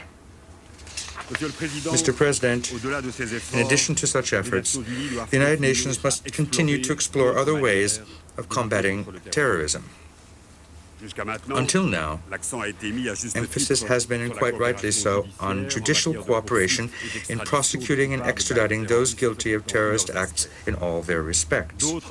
Other forms of cooperation could be envisaged or strengthened, for instance, in the field of preventive measures and exchange of information. Furthermore, we are convinced that the integration of all countries into a fair world system of security, prosperity, and improved development is the condition for a strong and sustainable community for combating terrorism. The fight against the scourge of terrorism will be all the more effective if it is based on an in-depth political dialogue with all countries and regions of the world. In this regard, conflict prevention should more than ever be a priority on the international agenda. Mr. President, the prospect of seeing terrorists acquire means of mass destruction is amongst the most terrifying of all. The international community must therefore increase its efforts to intensify cooperation on non-proliferation arrangements for nuclear, chemical, and biological weapons. The European Union, Mr. President, considers that strengthening regional cooperation must go hand in hand with strengthening international cooperation. It calls for the urgent reinforcement of regional cooperation in the fight against international terrorism. In that respect, the European Council has adopted a plan of action to reinforce European policies to combat terrorism in various fields. Strengthening judicial and police cooperation is a crucial element of European policy to combat terrorism. The Council has agreed to introduce a European arrest warrant and to adopt a common definition of terrorism. Such a warrant will replace the existing extradition agreements between the European Union member states. The European warrant will allow wanted persons to be handed over directly from one judicial authority to another. Fundamental rights and freedoms are guaranteed. The detailed arrangements of that agreement will be finalized in December of this year.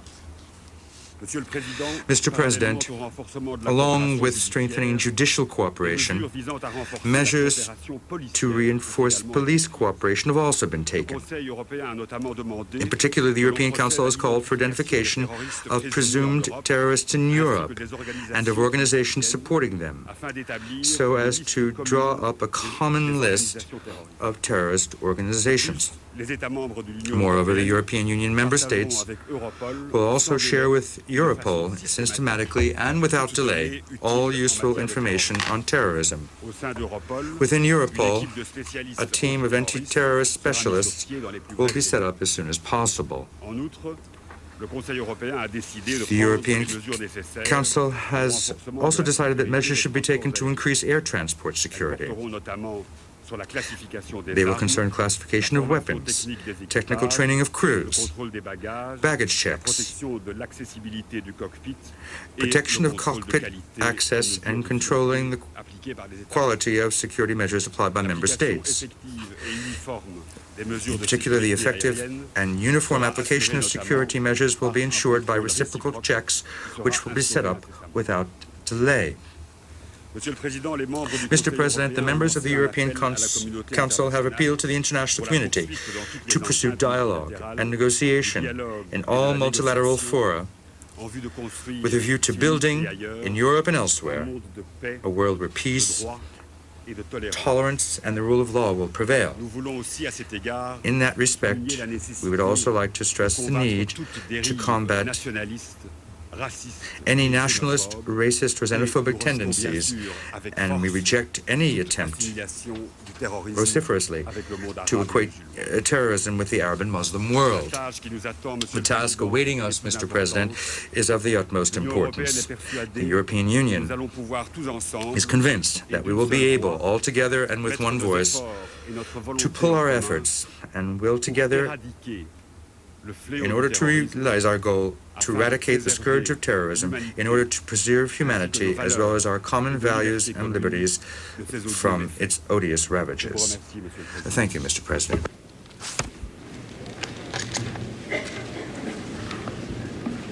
I thank the representative of Belgium who spoke on behalf of the European Union.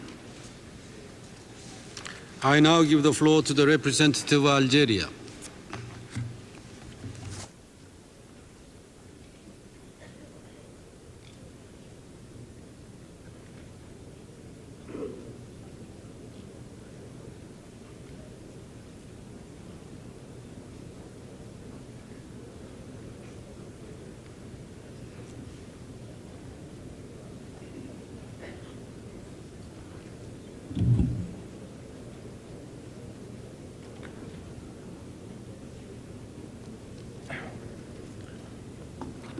Mr. President, a year ago, during the Millennium Summit, we made, within this august assembly, and in this same sorely tried city, which was still upright and determined more than ever to combat adversity, the solemn commitment to build for future generations a world freed of fear, hunger, and ignorance.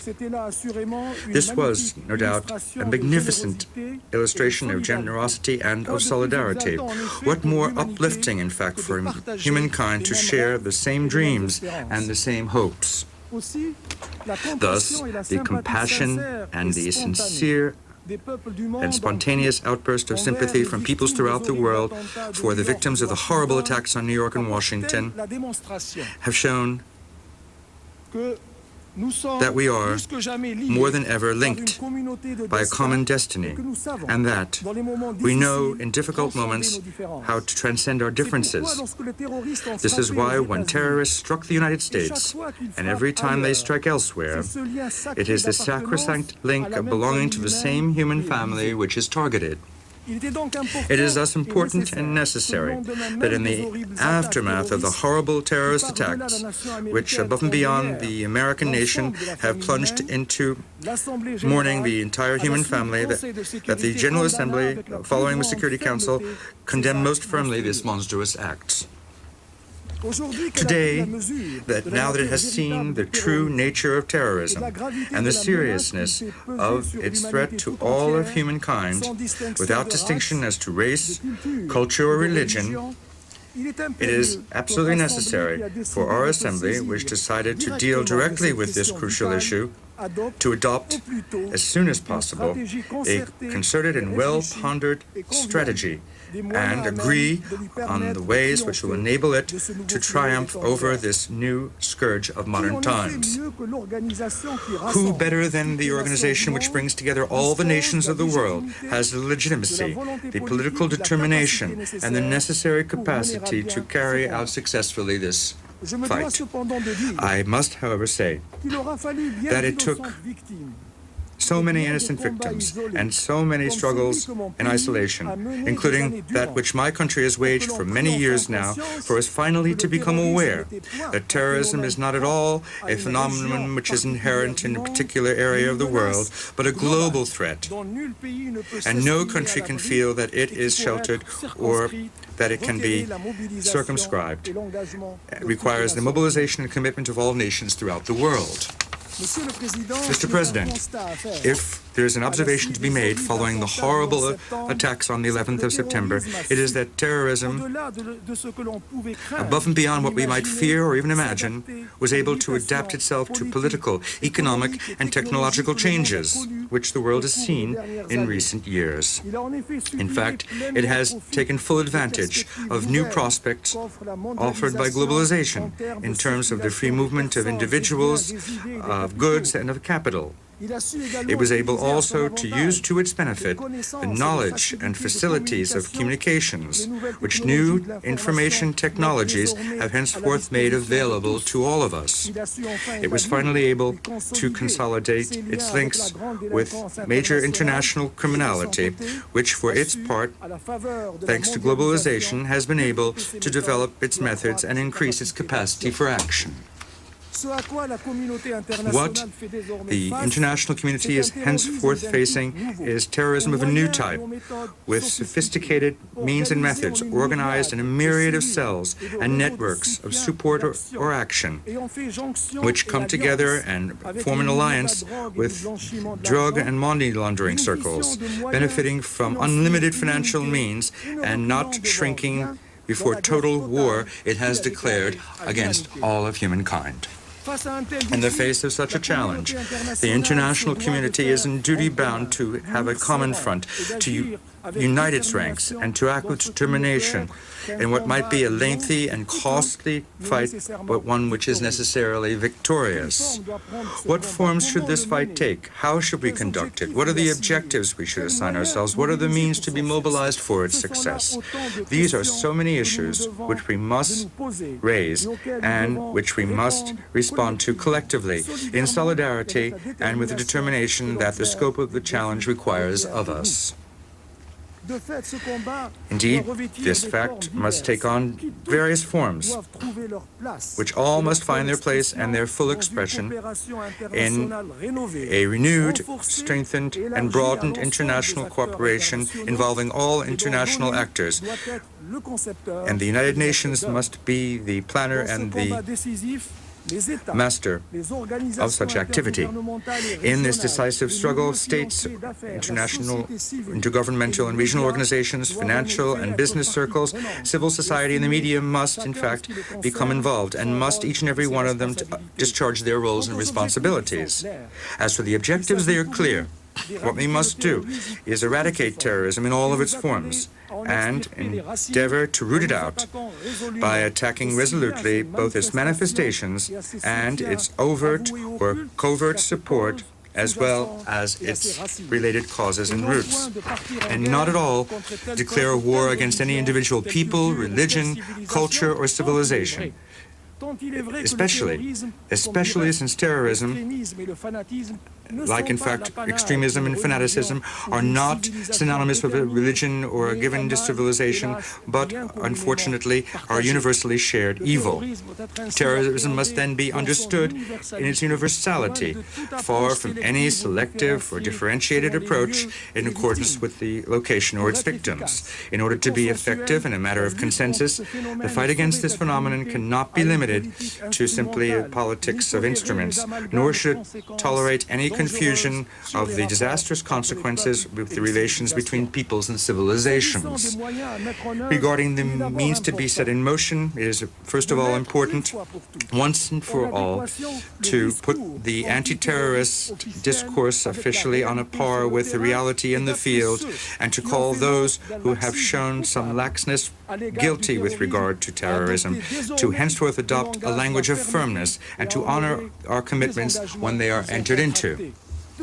From this standpoint, we believe that the time has come for all states the world over to put into practice zero tolerance with regard to terrorism and terrorists, which until the recent past have been abusing the right of exile generously granted them in the name of a certain concept of human rights, claiming with full impunity their crimes on the from the basis of major world capitals where they have found refuge, and we must say they have even been acting publicly.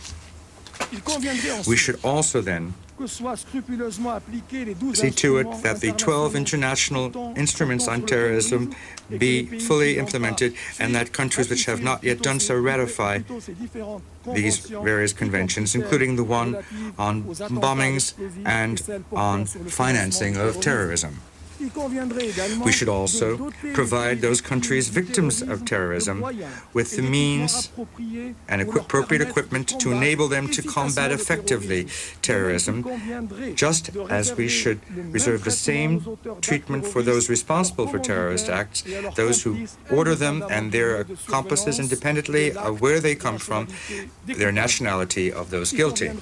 We should also finally, on an urgent basis, adopt collective measures, and they should be without delay implemented, particularly with regard to judicial cooperation and the exchange of information between the services concerned, including banking services, and strengthen the capacity of action for Interpol.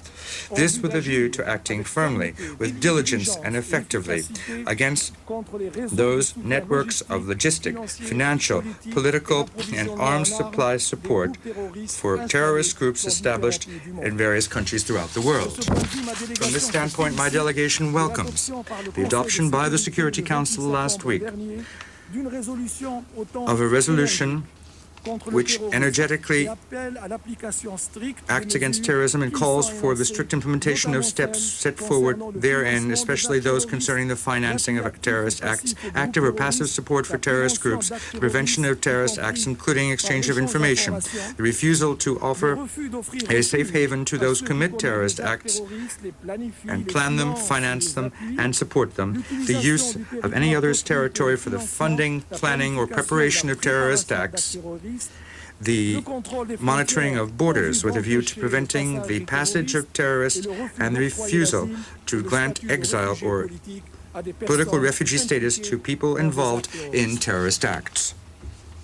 Mr. President, in another respect, that of international law, there is an entire panoply of legal instruments which serve as a normative basis for any effort to codify or elaborate a concerted world strategy to combat terrorism. This arsenal has been enriched in recent years internationally, especially within the United Nations, where we have seen negotiated and finalized a whole series of conventions, the most recent of which were the Convention on Terrorist Bomb Attacks and the Convention on the Repression of the Financing of International Terrorism, where we must now see to the quick entry into force, and where negotiations continue on a draft overall convention submitted by the Indian delegation, which has our full support and which takes up fully the Algerian demand for a global convention dealing with terrorism in all of its aspects and all of its forms and manifestations,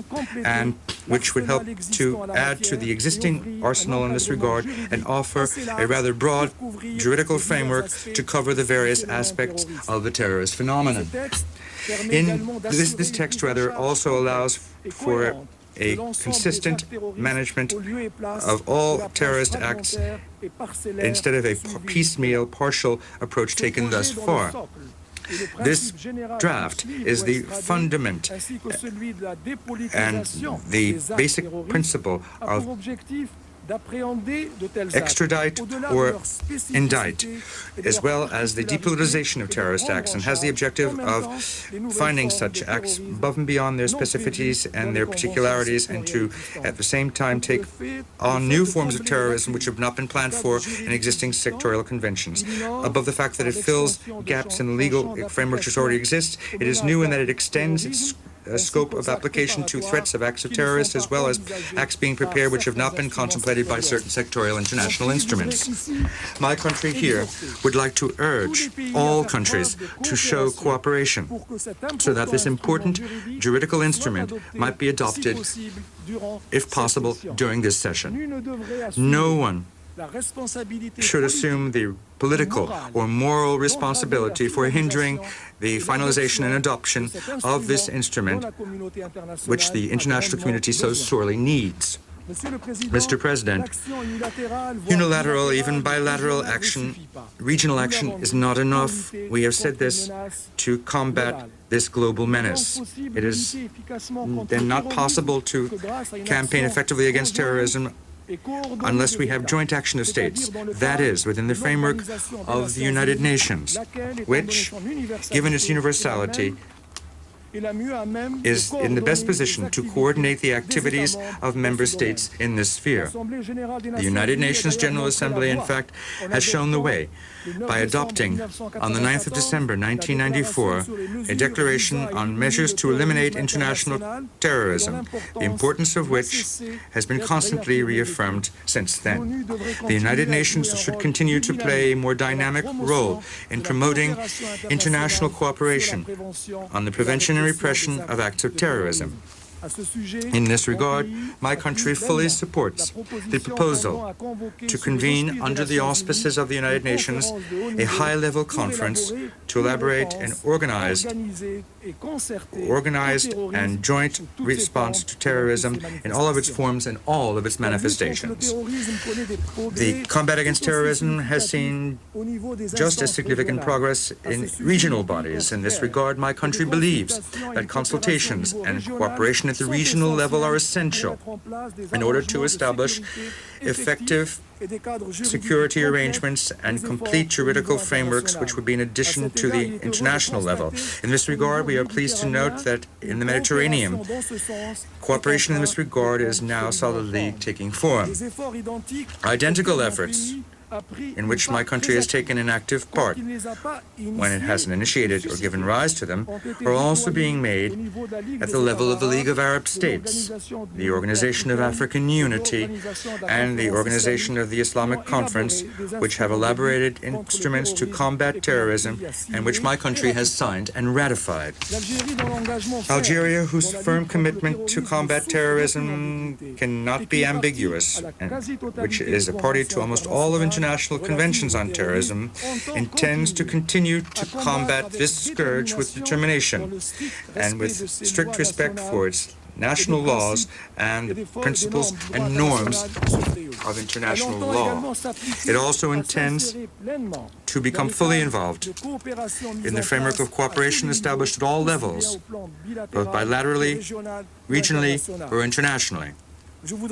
In conclusion, Mr. President, I would like to emphasize the special interest we attach to the discussion we are beginning today, from which we expect that it will end with an unequivocal condemnation of terrorism and concrete commitments with a view to combating it.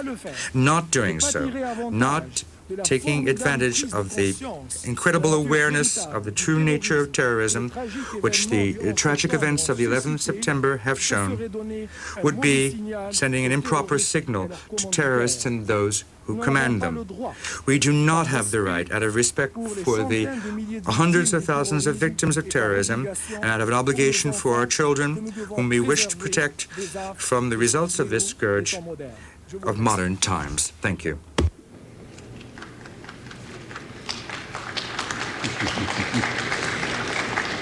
I thank the representative of Algeria. I now give the floor to the representative of Norway.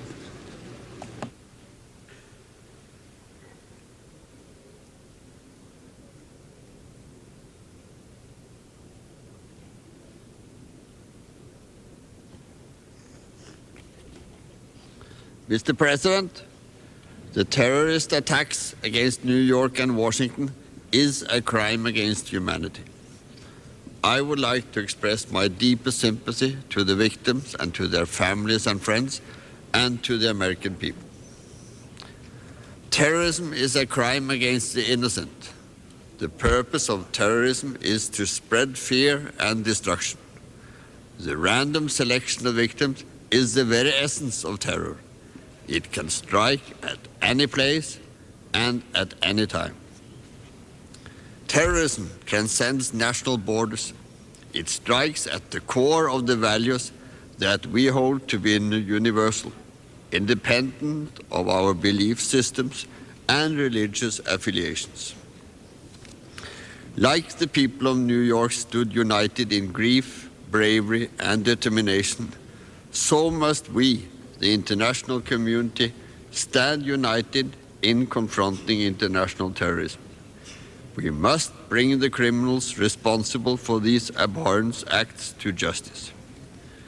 Killing and maiming of innocent people are universally condemned. That is why an attack against one must be considered as an attack against us all. That is why we must make the fight against international terrorism our common cause.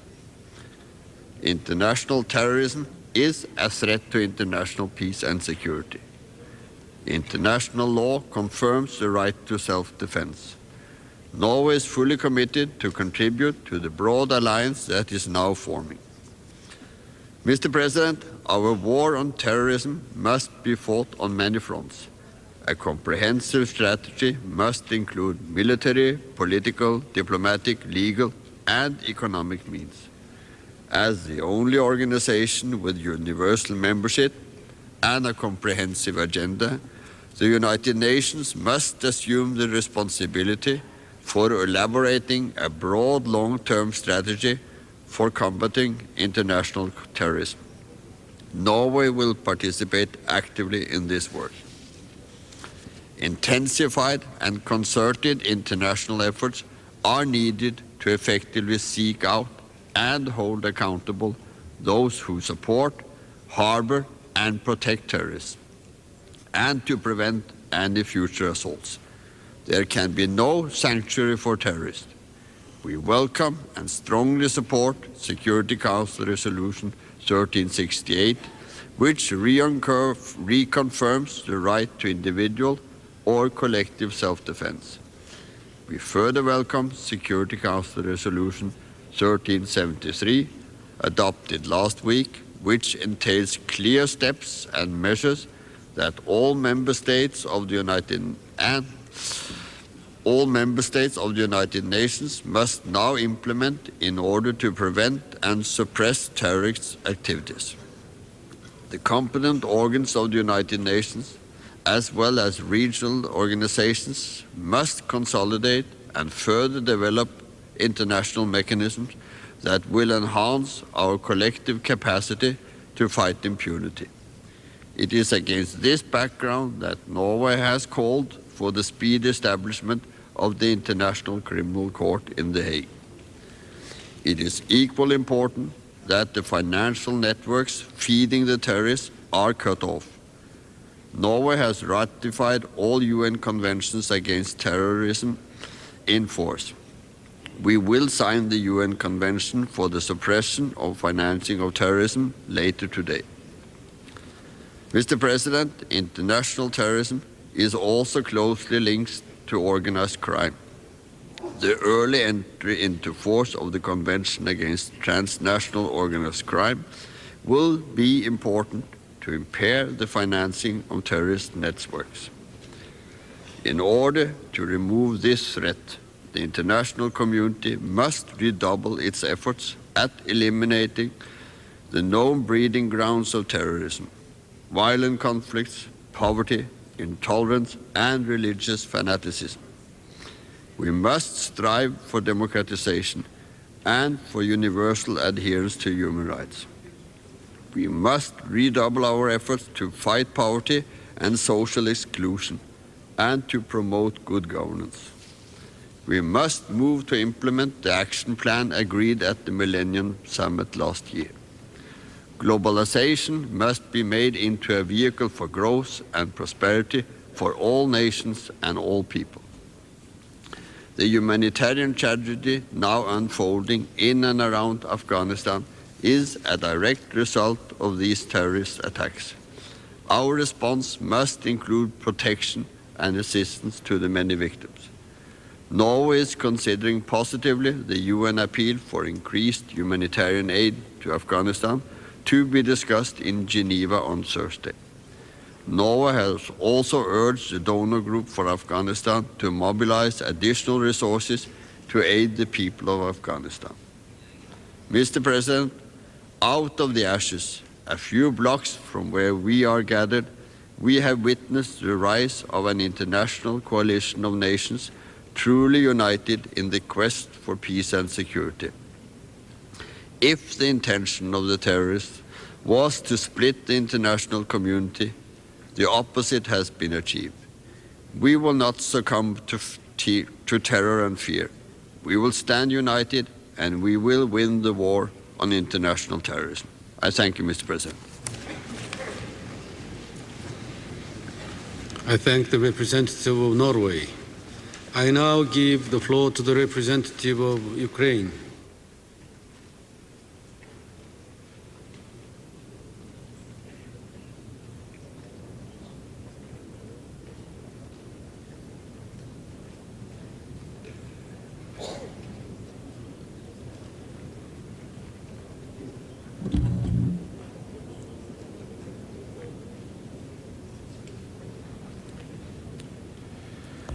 Mr. President, the start of the new millennium has been marred by the tragedy of enormous proportions.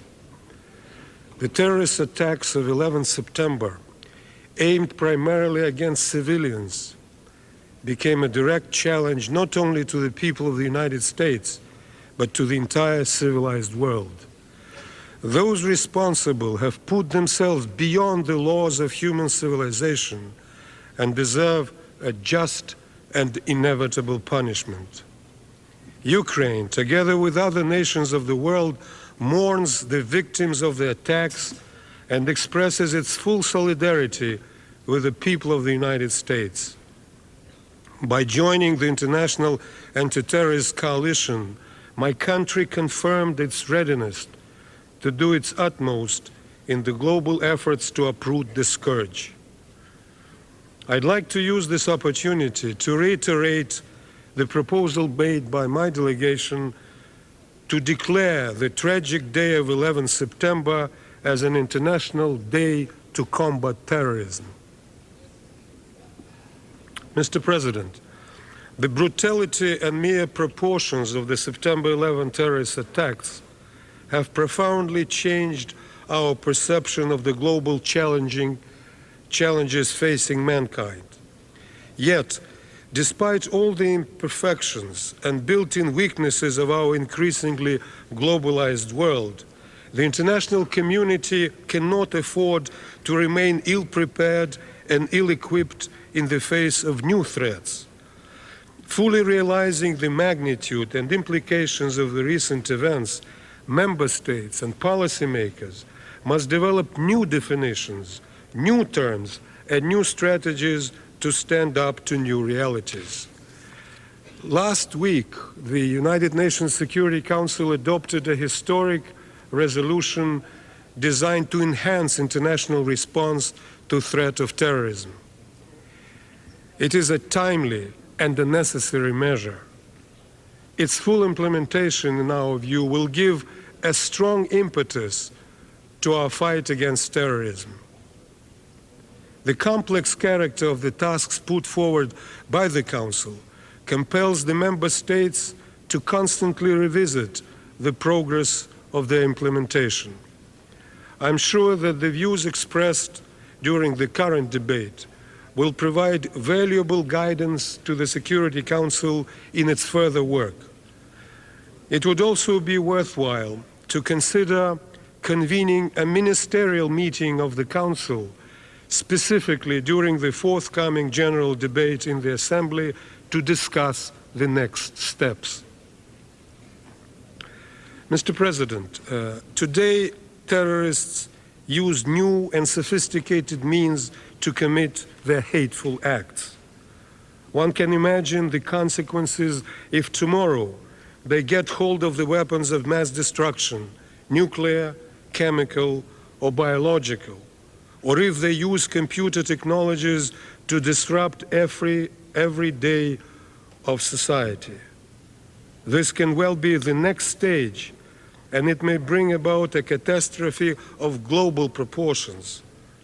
Ukraine, therefore, considers that the problems of non-proliferation of such weapons, the means of delivery and technologies acquire an additional significance. Measures to combat computer terrorism should also be properly reflected in future legal instruments. Possible terms international terrorism in all its forms and manifestations. We have consistently supported the concerted efforts by the United Nations to eradicate this crime. My country has ratified most of the instruments of universal character in this field. Last year, Ukraine signed the International Convention for the Suppression of the Financing of Terrorism. The Terrorist Bombing Convention is to be ratified in the near future. We consider adherence and full implementation of the relevant international instruments by member states as an essential contribution to the maintenance of international peace and security. We also hope that negotiations on 2 new universal instruments in this field will be concluded shortly. At the same time, we realize that legal instruments alone are not sufficient. There is a need for a strong commitment by states and genuine cooperation between governments and the law enforcement agencies in fighting terrorism. Mr. President, the terrorist attacks constitute a clear violation of recognized norms of international law. Their main purpose is to undermine international stability and to provoke a vicious circle of violence in international or inter-ethnic relations. The world community should not in any circumstances give way to such provocations. All national and international means of combating and suppressing terrorism are necessary tools that may be used for this purpose. Of particular concern is the fact that terrorist organizations are financed through other criminal activities, including arms smuggling, drugs production, and trafficking, money laundering. It is regrettable that the treatment of these diseases is far behind the challenges they represent. It is our deep conviction that an increased international effort toward their virtual elimination would also be instrumental in our fight against terrorism. Mr. President, what happened in New York, Washington, D.C., and Pennsylvania last month incontestably proves that no state, big or small, rich or poor, can feel safe against the threat of terrorism, which knows no boundaries and makes no distinction between children and military targets, between diplomatic and humanitarian missions. Nor should any state be left alone in its struggle against terrorism. As the distinguished mayor of New York, Rudolph Giuliani, has just mentioned, it is only through the concerted efforts of the international community as a whole that we can effectively withstand this challenge. The role of this organization will become even more crucial in setting new framework for the cooperation in this field. We welcome the recent adoption by the Commission for Crime Prevention and Criminal Justice of a set of recommendations on specific national and international actions against terrorism.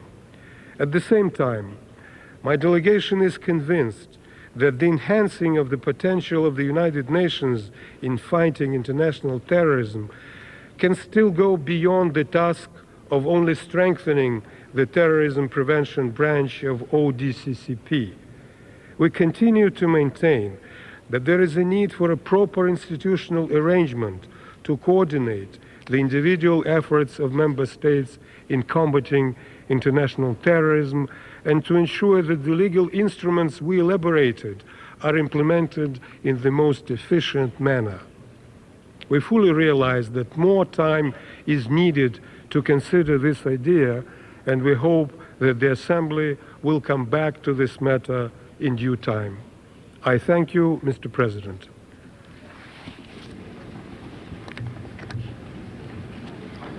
I thank the representative of Ukraine. I now give the floor to the representative of South Africa.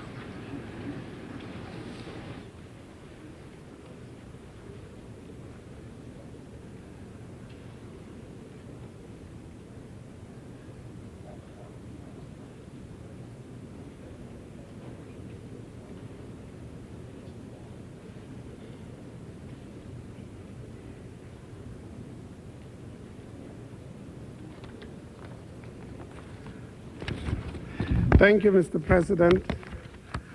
The decision by the General Assembly to convene this important meeting in the aftermath of the recent horrific events in the United States of America is testimony to our collective determination to bring an immediate end to terrorism.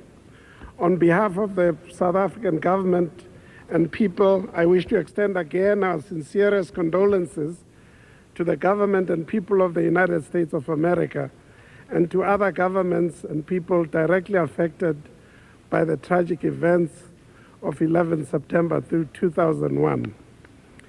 As a result of these tragic events, President Thabo Mbeki and the South African Cabinet issued a statement on 19 September 2001 reflecting the position of the South African government, which I would like to read to you. Quote, South Africa condemns terrorism without any equivocation. Attacks against civilians cannot be justified. This approach is integral to the humanitarian values that inspired our struggle and governed its conduct. These principles inform the core values of our Constitution.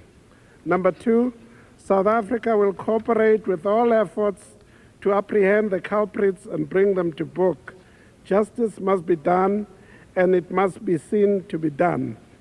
Number three, South Africa therefore recognizes the right of the U.S. government to track down the culprits and bring them to justice. Any action taken should be informed by thorough investigations and incontrovertible evidence. Number four, acts of vengeance or mobilization directed against individuals, communities, or nations simply because of their faith, language, or color cannot be justified. They go against the humanitarian and civilized norms that the terrorists seek to undermine and destroy. They can in fact play into the hands of these wicked forces. Whatever the pain the world may be going through, we should avoid the temptations of racism, Islamophobia, anti-Semitism, and any other forms of prejudice and discrimination that the recent World Conference Against Racism so eloquently warned against. 5, the world should unite in the fight against terrorism. In this effort, the immediate task is to ensure that the perpetrators meet their just deserts. In the medium term, the challenge is to understand the root causes of these despicable acts and to eradicate them worldwide. 6, in the least, the terrorists should be isolated through international cooperation to build an equitable world order. This medium-term challenge includes concerted efforts to resolve conflicts in all parts of the globe, including the search for lasting peace in the Middle East. It includes a joint commitment throughout the world to eradicate poverty and underdevelopment. Concrete actions. South Africa has, like many other countries, offered such support and assistance as may be required and within the limits of our capacity. Morally and spiritually, we are the victims as well as the people and government of the U.S. and other nations that lost their citizens in these events. Government, through its mission in the United States and working with relevant U.S. authorities, is continuing the search for South Africans who have as yet not been traced, who may have been in the hijacked planes or in the vicinity of the affected areas. To the extent that the current investigations into these acts of terror may require concrete intelligence information that South Africa may have at its disposal, our security agencies will continue to cooperate with their U.S. counterparts. South Africa has not considered any military involvement in the operations envisaged by the U.S. administration. The matter has not been raised, and within the context of our approach to both the immediate and longer-term challenges in dealing with the scourge of racism, the issue does not arise. South Africa will take part in discussions on the course of world action on this issue within the context of regional and other multilateral organizations to which we belong, including the United Nations. Further, working together with other countries within the UN system, we will continue to make our contribution to the development of relevant international conventions on the fight against terrorism. Our approach to this matter is informed by our values as a nation, and government is of the full conviction that it is in the national interest, end quote. Mr. President, South Africa, like all UN members, is still examining the very wide-ranging implications of Security Council Resolution 1373, which was adopted over the weekend. In closing, let me take this opportunity to reiterate that South Africa is committed to working closely with the Security Council and the UN General Assembly in order to ensure a concerted response to the challenge of seeking appropriate means to eliminate the common scourge of international terrorism. I thank you, Mr. President. I thank the representative of South Africa. I now give the floor to the representative of the United Kingdom.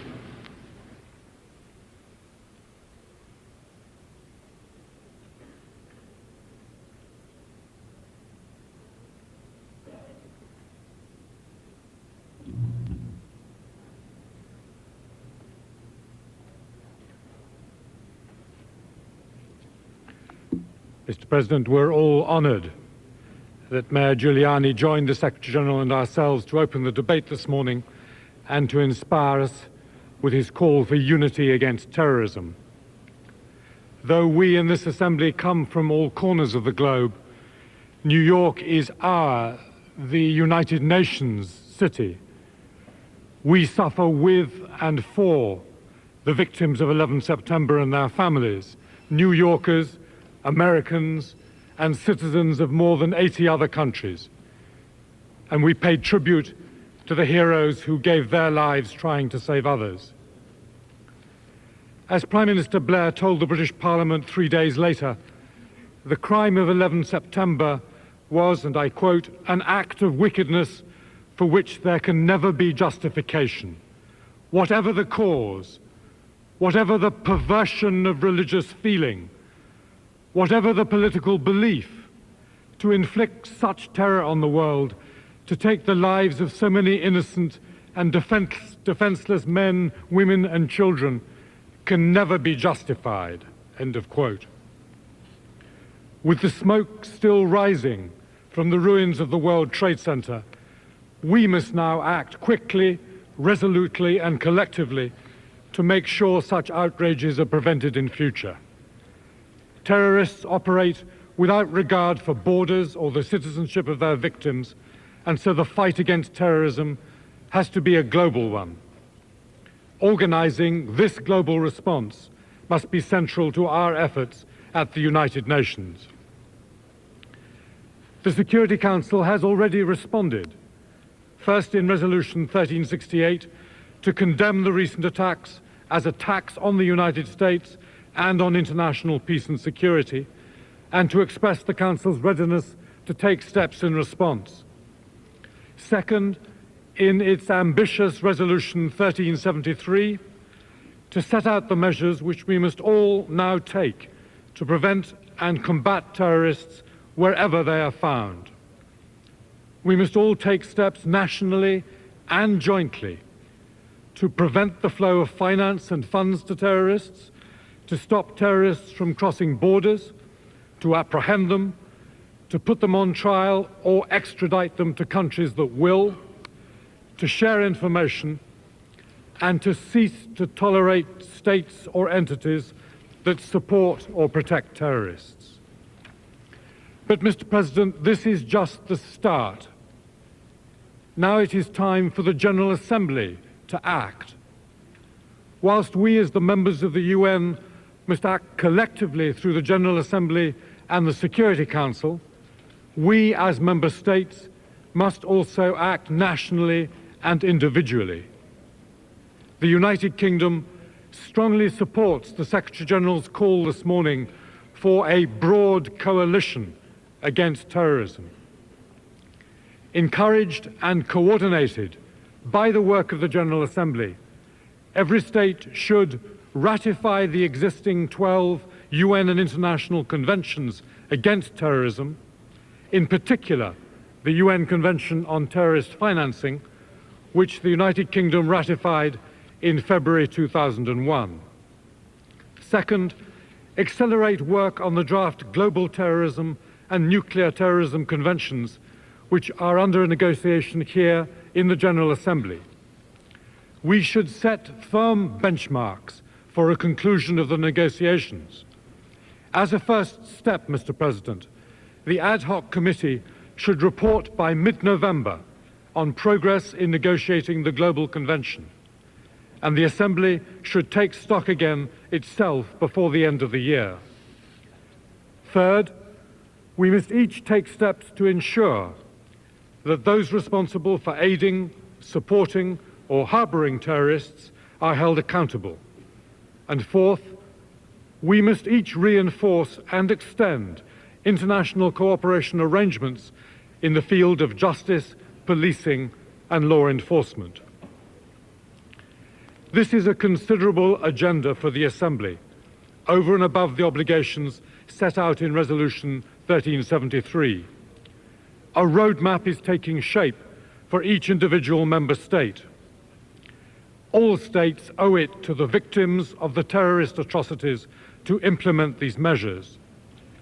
A number of them are already in force in the United Kingdom through the Terrorist Act 2000, the UK's tough anti-terrorism law passed in February of this year. We are nonetheless considering urgently what further changes in domestic legislation may be required in responding to Resolution 1373. We will certainly be willing also to respond to the Secretary-General's call this morning to assist others to react swiftly to that resolution and develop the cooperative effort necessary. National efforts must, however, be welded into a global framework. With our partners in the European Union, we will pursue collective European action across all our territories, as the earlier address of the distinguished representative of Belgium set out on behalf of the European Union. The agreement of EU economic and finance ministers to rapid and coordinated initiatives to combat the financing of terrorism will in itself be an upfront contribution to meeting the objectives of Resolution 1373. Before concluding, Mr. President, let me touch on one controversial area where this Assembly has a job to do. Increasingly, questions are being raised about the problem of the definition of a terrorist. Let us be wise and focused about this. Terrorism is terrorism. It uses violence to kill and damage indiscriminately, to make a political or cultural point, and to influence legitimate governments or public opinion unfairly and amorally. There is common ground amongst all of us on what constitutes terrorism. What looks, smells, and kills like terrorism is terrorism. Resolution 1373 sets out clear, urgent, and acceptable measures for every member state to deal with it collectively under the aegis of the United Nations. But there are also wars and armed struggles where actions can be characterized for metaphorical and rhetorical force as terrorist. This is a highly controversial and subjective area on which, because of the legitimate spectrum of viewpoints within the United Nations membership, we will never reach full consensus.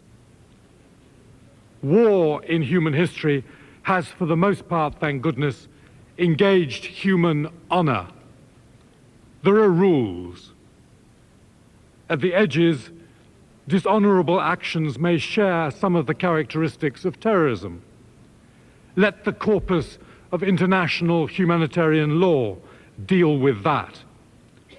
Our job now is to confront and eradicate terrorism pure and simple, the use of violence without honor, discrimination, or regard for human decency.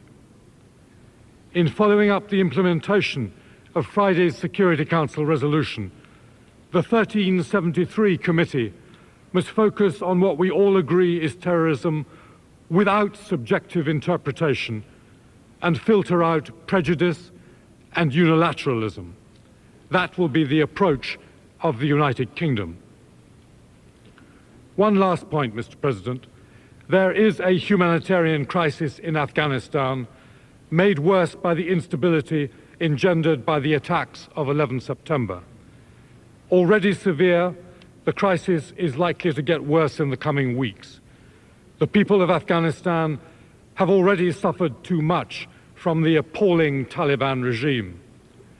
Our justified focus in combating terrorism must not divert us from acting to help the Afghan people when they need us.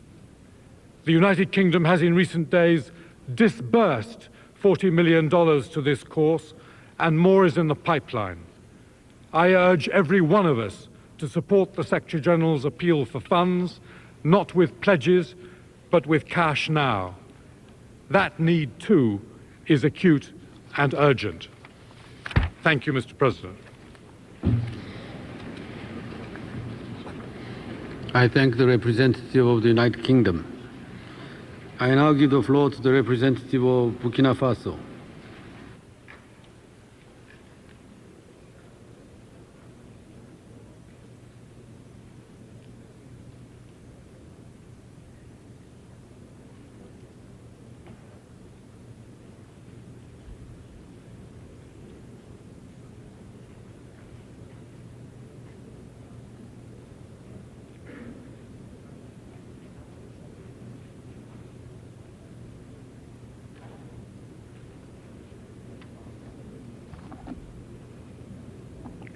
Monsieur le Président, Mr. President, It is obvious that if the General Assembly has decided to hold a specific debate today on terrorism, it is because of the tragic events of 11 September last, whose consequences and universal impact will long affect the human conscience. It's often said that repetition is confirmation. My country wishes to reiterate to the government and to the people of the United States, and more generally to the countries and the families of the victims of this tragedy, its deepest sorrow and its profound compassion. In the face of such a disaster, I hardly need recall the importance and the relevance of our debate today.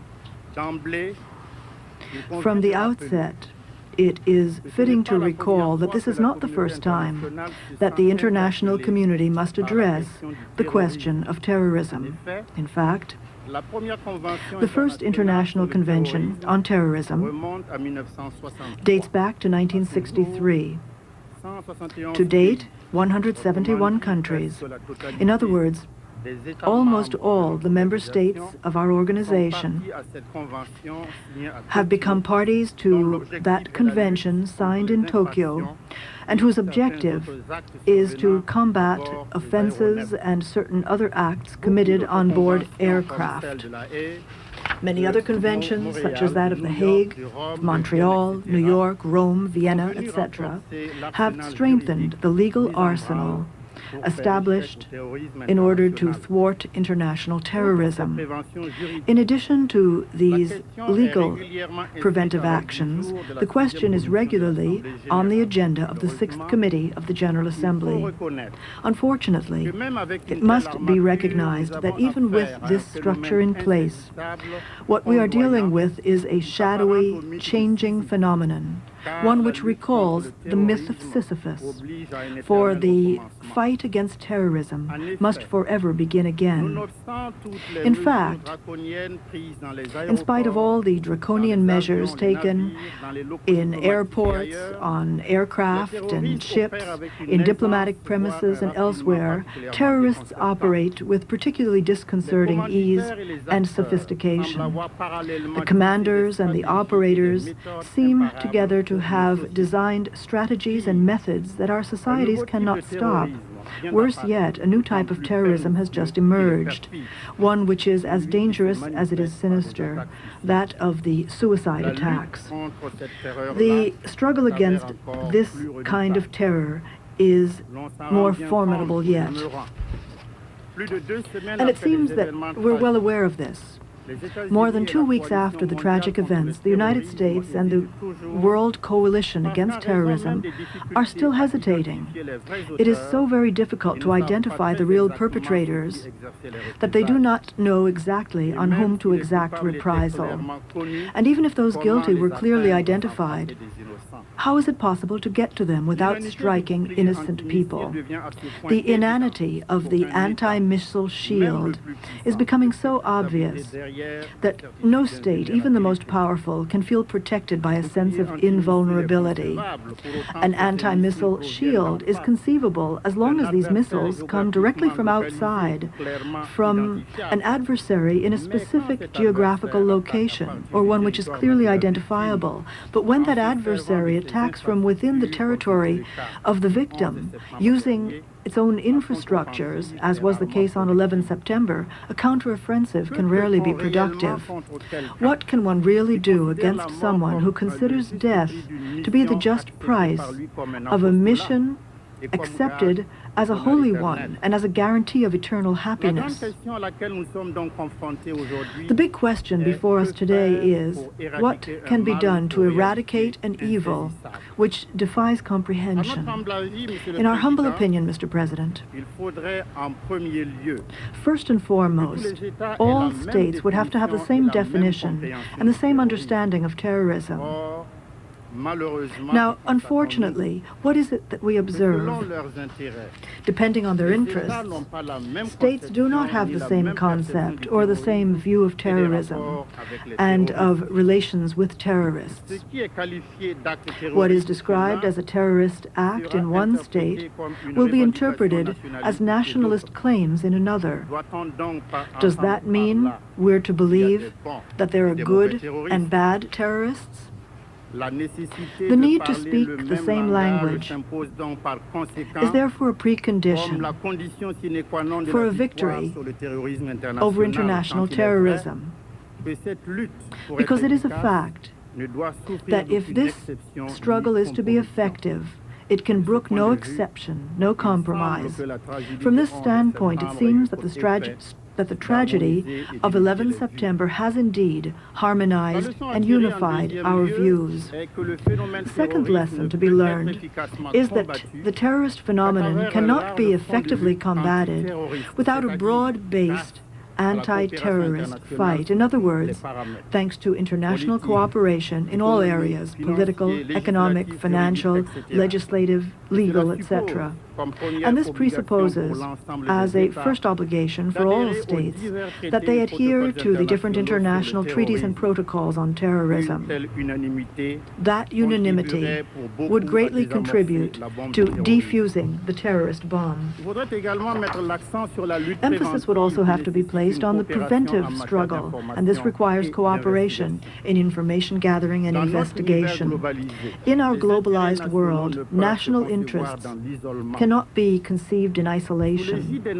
Under the aegis of the United Nations, a conference at a very high level could also be convened in order to explore all possibilities for an effective fight against this evil of the century. Lastly, Mr. President, it seems to us that the international community must unfailingly take into account the human dimension of the problem. Suicide attacks are clearly the expression of a despair linked to certain frustrations, such as a sense of injustice, the depths of extreme poverty, powerlessness in the face of arrogance and repression.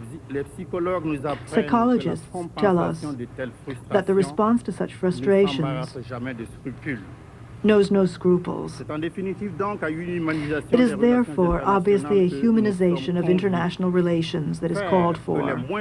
We must see to it that the less powerful, those left aside, are also considered and respected.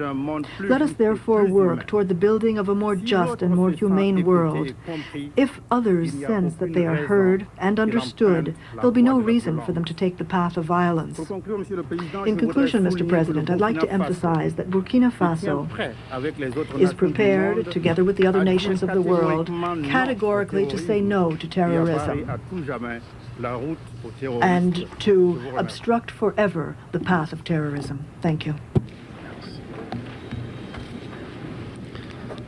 I thank the representative of Burkina Faso. I now give floor to the representative of Belarus.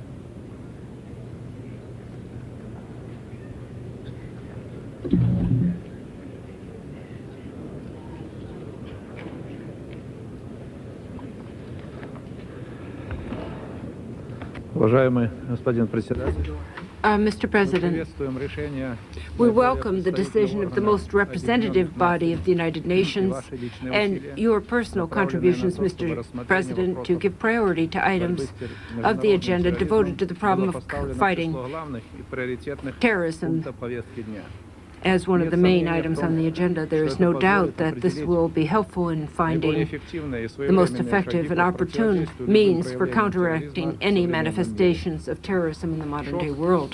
The shock caused by the barbarity and cruelty of acts of terrorism committed in New York, Washington, and Pennsylvania on the 11th of September this year will long remain an alarming symptom of everyday life of nations of the civilized world. Acts of terrorism in the United United States caused many victims among innocent civilians and became a challenge to the entire international community by those who are aiming to rule the world and achieve political goals with terror and force, including religious and political, in violation of the main principles of the United Nations.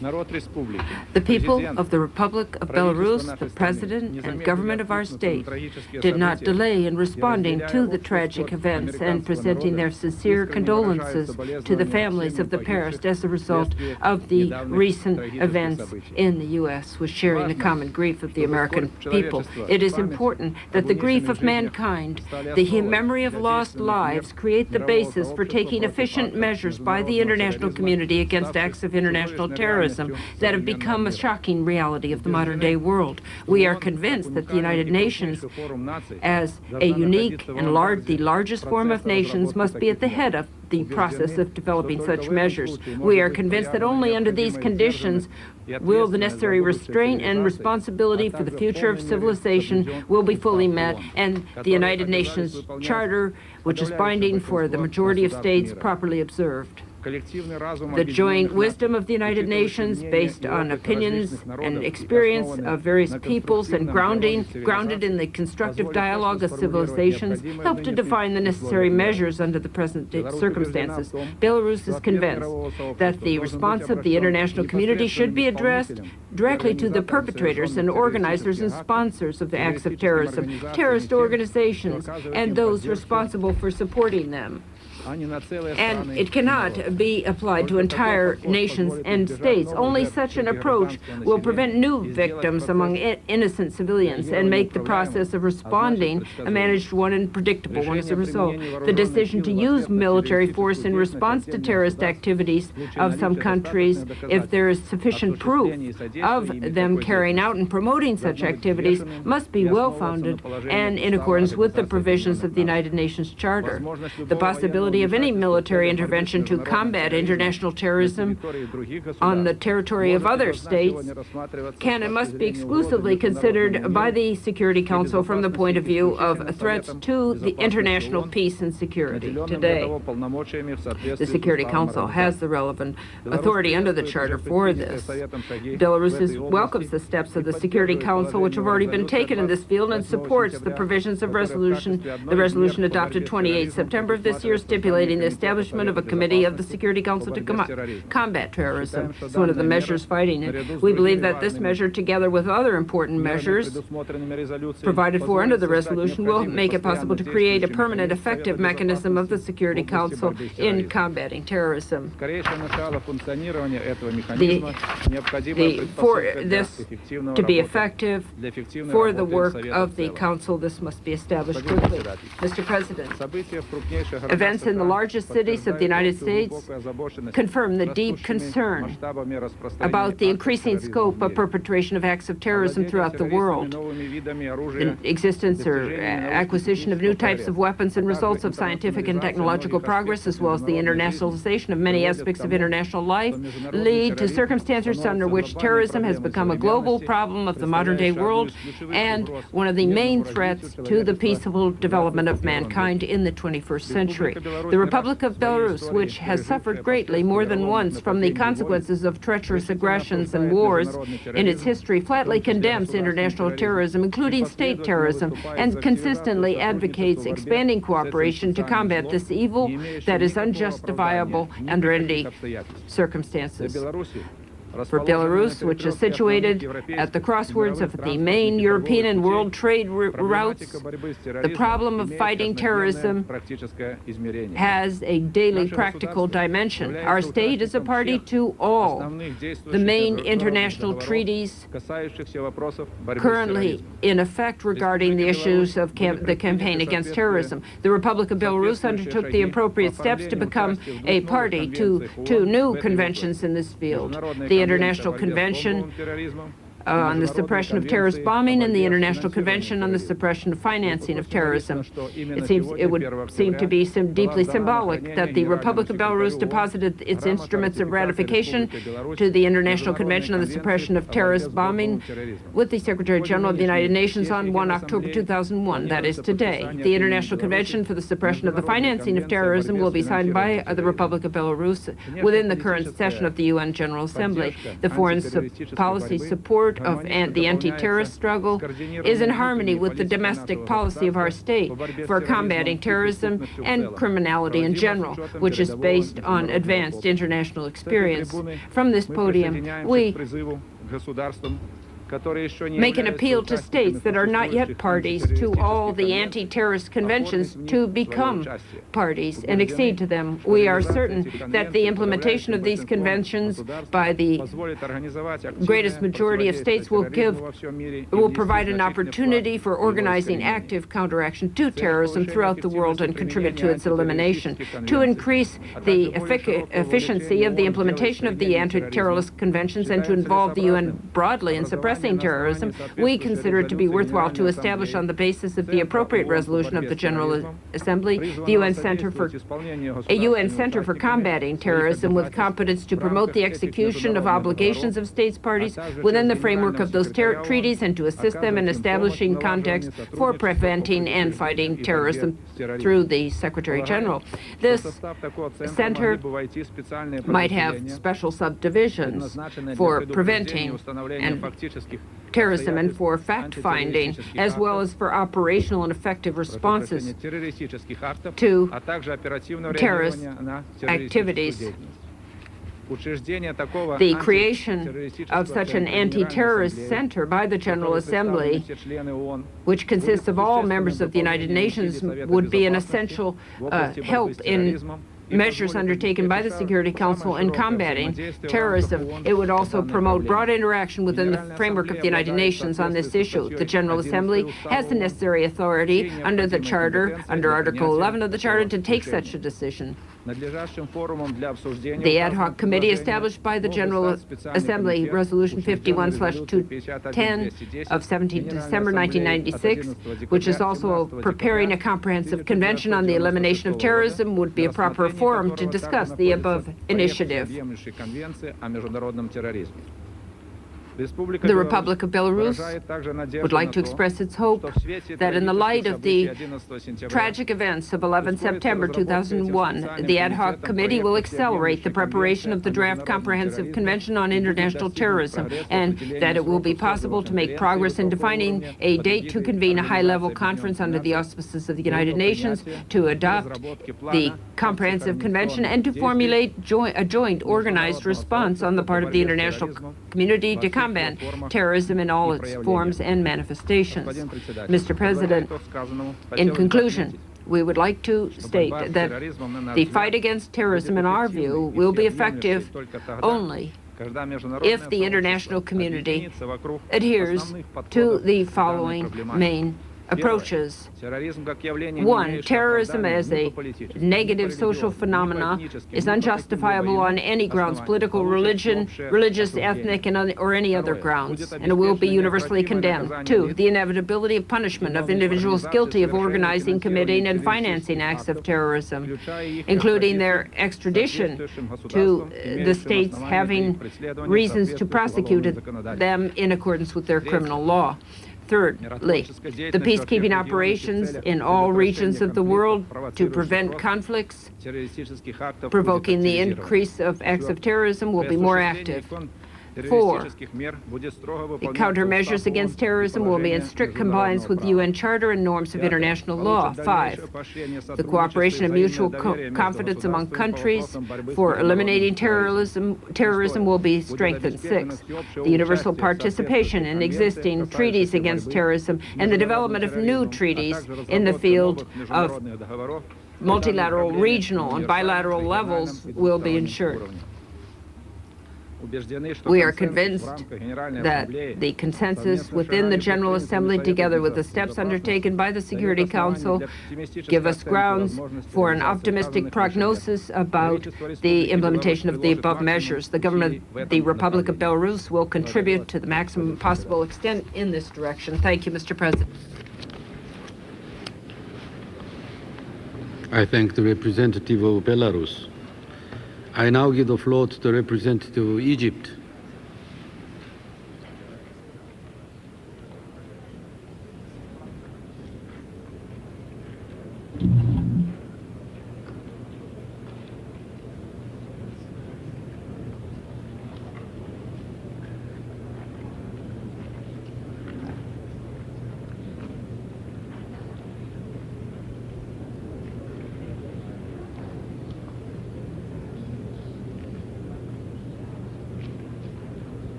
Mr. President, the General Assembly meets once again today while still under the shadow of a horrific tragedy which continues to loom large over this great city, in fact, in the skies across this friendly country. And I might add, the sky of the whole world. We condemn that crime.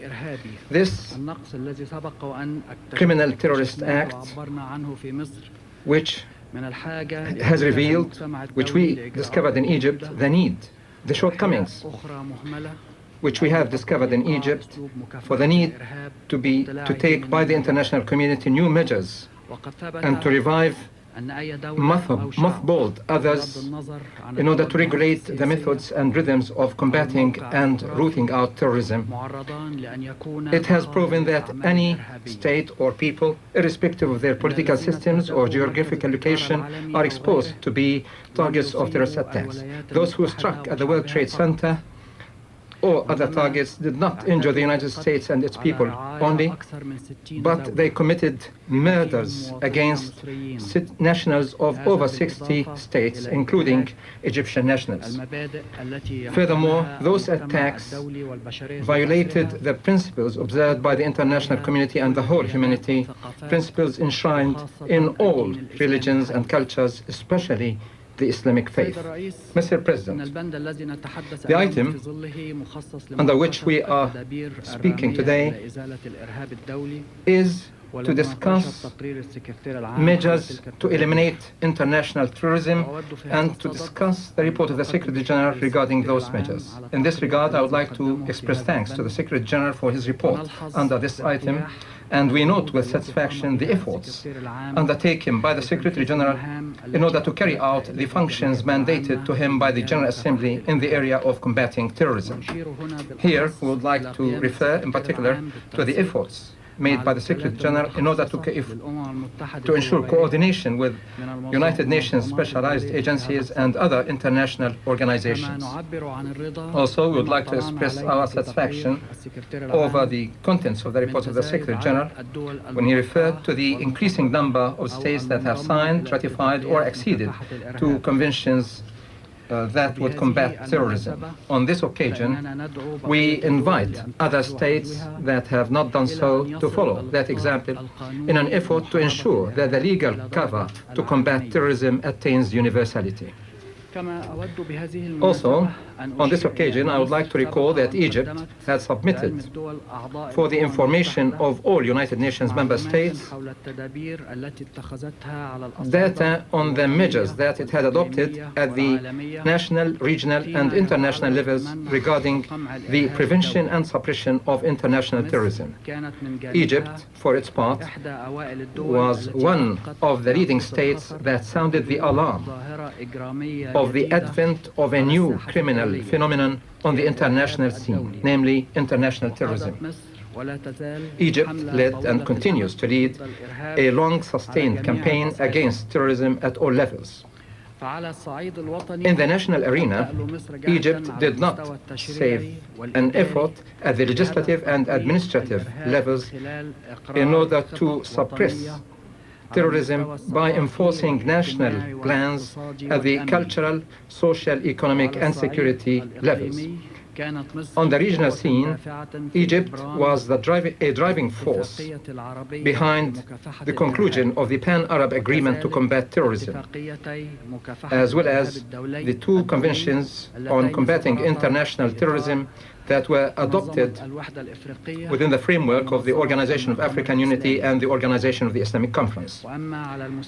At the international level, Egypt had signed, ratified, or acceded to 14 international and regional agreements, all of which are considered as enforceable domestic law in my country.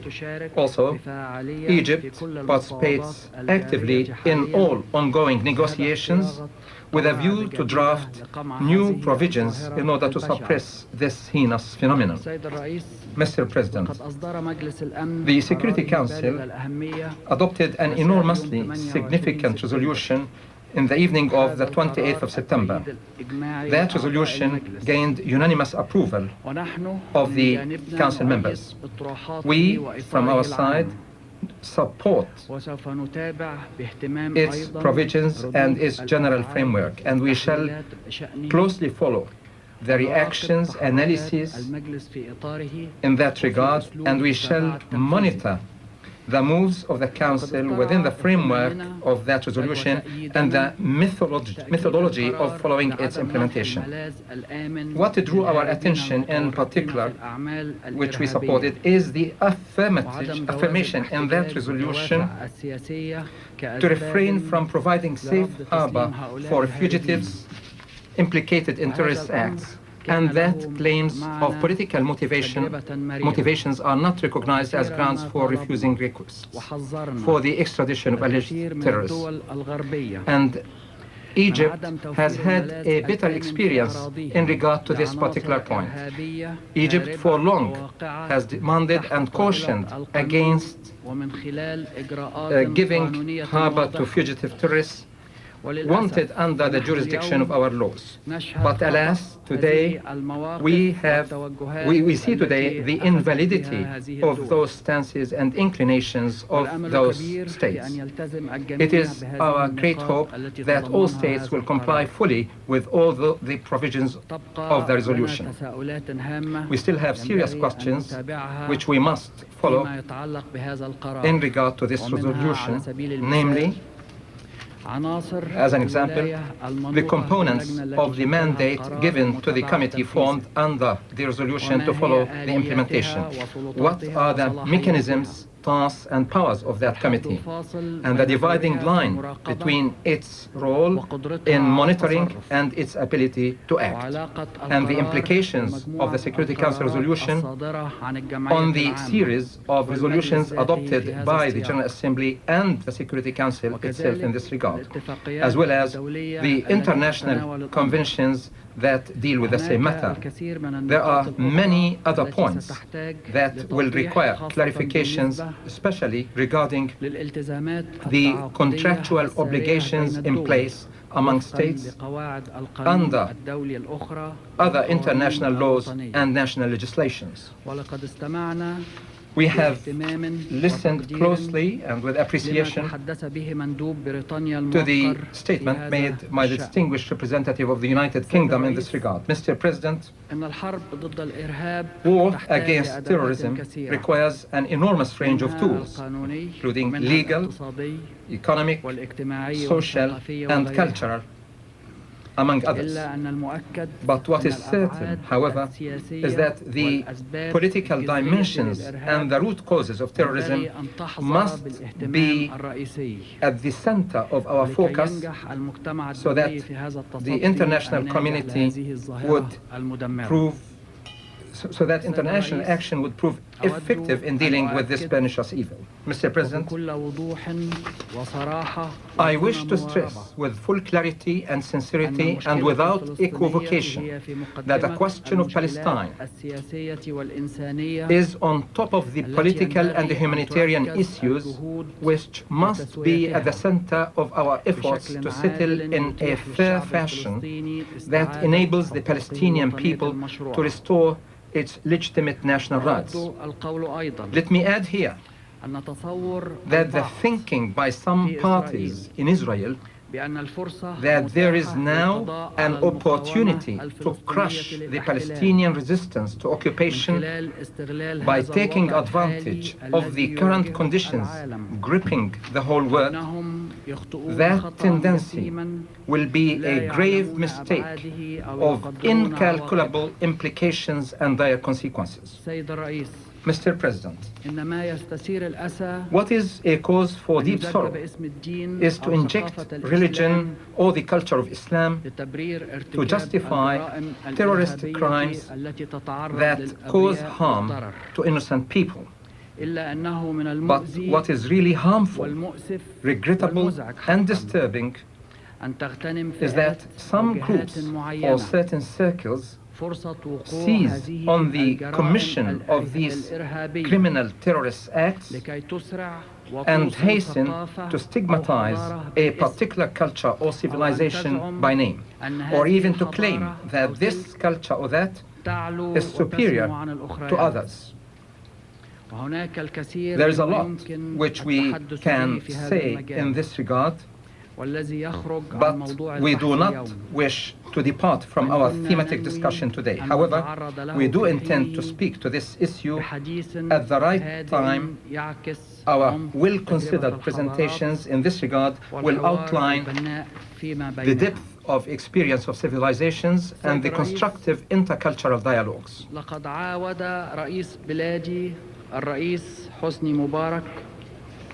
Mr. President, following these dangerous events, the President of my country, President Hosni Mubarak, has reiterated the initiative by Egypt to convene an international conference in order to address the phenomenon of terrorism. There is no doubt that the attendance by world leaders at this summit at the right time with the view to send a clear message to combat terrorism and to take or to adopt full measures, a full range of measures to eliminate this phenomenon of which no society is free would be a great contribution to combat terrorism. Time has come for this session of the General Assembly to adopt a resolution to revive the notion of convening this conference and to adopt the measures needed for preparing for its convention at the right time and to engage earnestly in the preparatory work, which we think would take some time. But what is most important now is to move in earnest in order to translate those notions into a concrete reality. Mr. President, in closing, while we appreciate the importance of cooperation and coordination towards a systematic and collective and effective response within the framework of the United Nations and through a broad consensus on eliminating terrorism, we call upon all other states to follow the example of other states that have committed themselves to root out terrorism. Perhaps this session of the General Assembly would provide an opportune occasion to initiate an intense dialogue that would contribute to the creation of a collective and integrated system in order to combat terrorism in the political, economic, technological, and legal fields, and to address the genuine causes that create fertile soil for the mushrooming of this phenomenon. I thank you, Mr. President. I thank the representative of Egypt. I now give the floor to the representative of Croatia.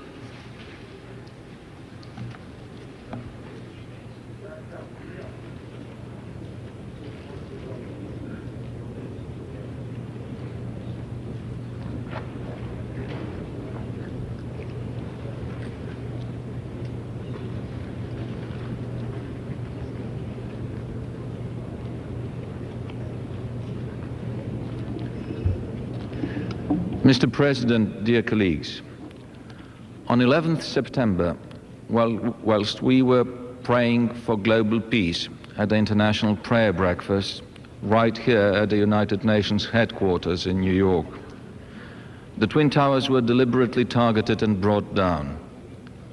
The peace bell that the Secretary General should have rang that day remained silent. Only the next day it rang in memory of the unknown number of victims of the terrorist attack.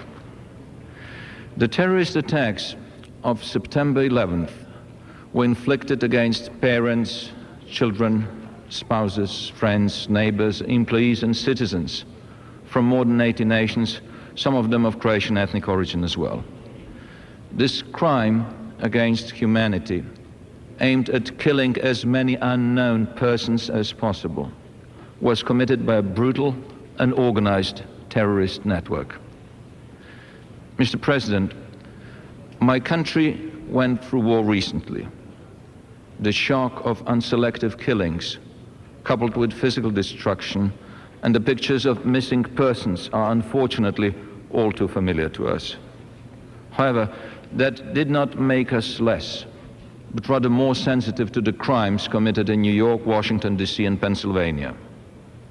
Once again, we express our deepest condolences and profound solidarity to the families of the victims, to the American people, and to the government of the United States of America. Croatia is fully committed to fight terrorism until its extermination is complete. Mr. President, the perpetrators of these crimes must be brought to justice and prevented from causing another tragedy. Our Charter indicates that terrorism is a threat to international peace and that every country has solemn rights to defend itself, its citizens, and their peace and security, and therefore such right of the United States should not be questioned.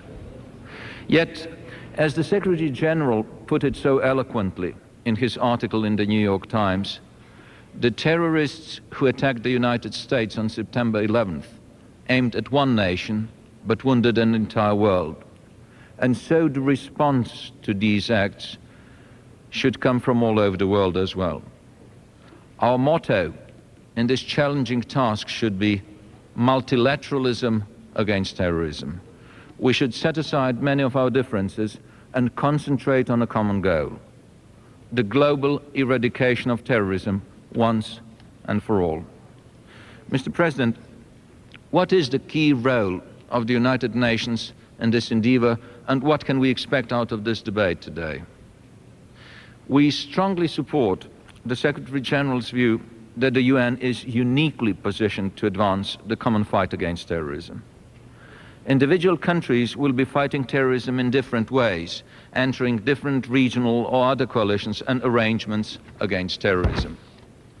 However, it is vital to show that there is a clear common denominator against terrorism and that basic values and commitments against terrorism are shared by all. The President of Croatia has recently launched an appeal to make these core values and principles of the Global Coalition Against Terrorism transparent and explicit. The fight against terrorism will be long and complex. We have to prosecute terrorists wherever they are, cut their financing, and isolate countries that are aiding, supporting, or harboring them.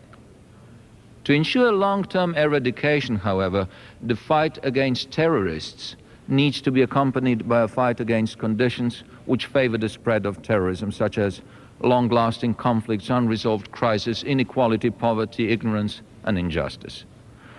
Our overall success, therefore, heavily relies on coordinated efforts of UN's principal organs, namely the General Assembly, the Security Council, and ECOSOC.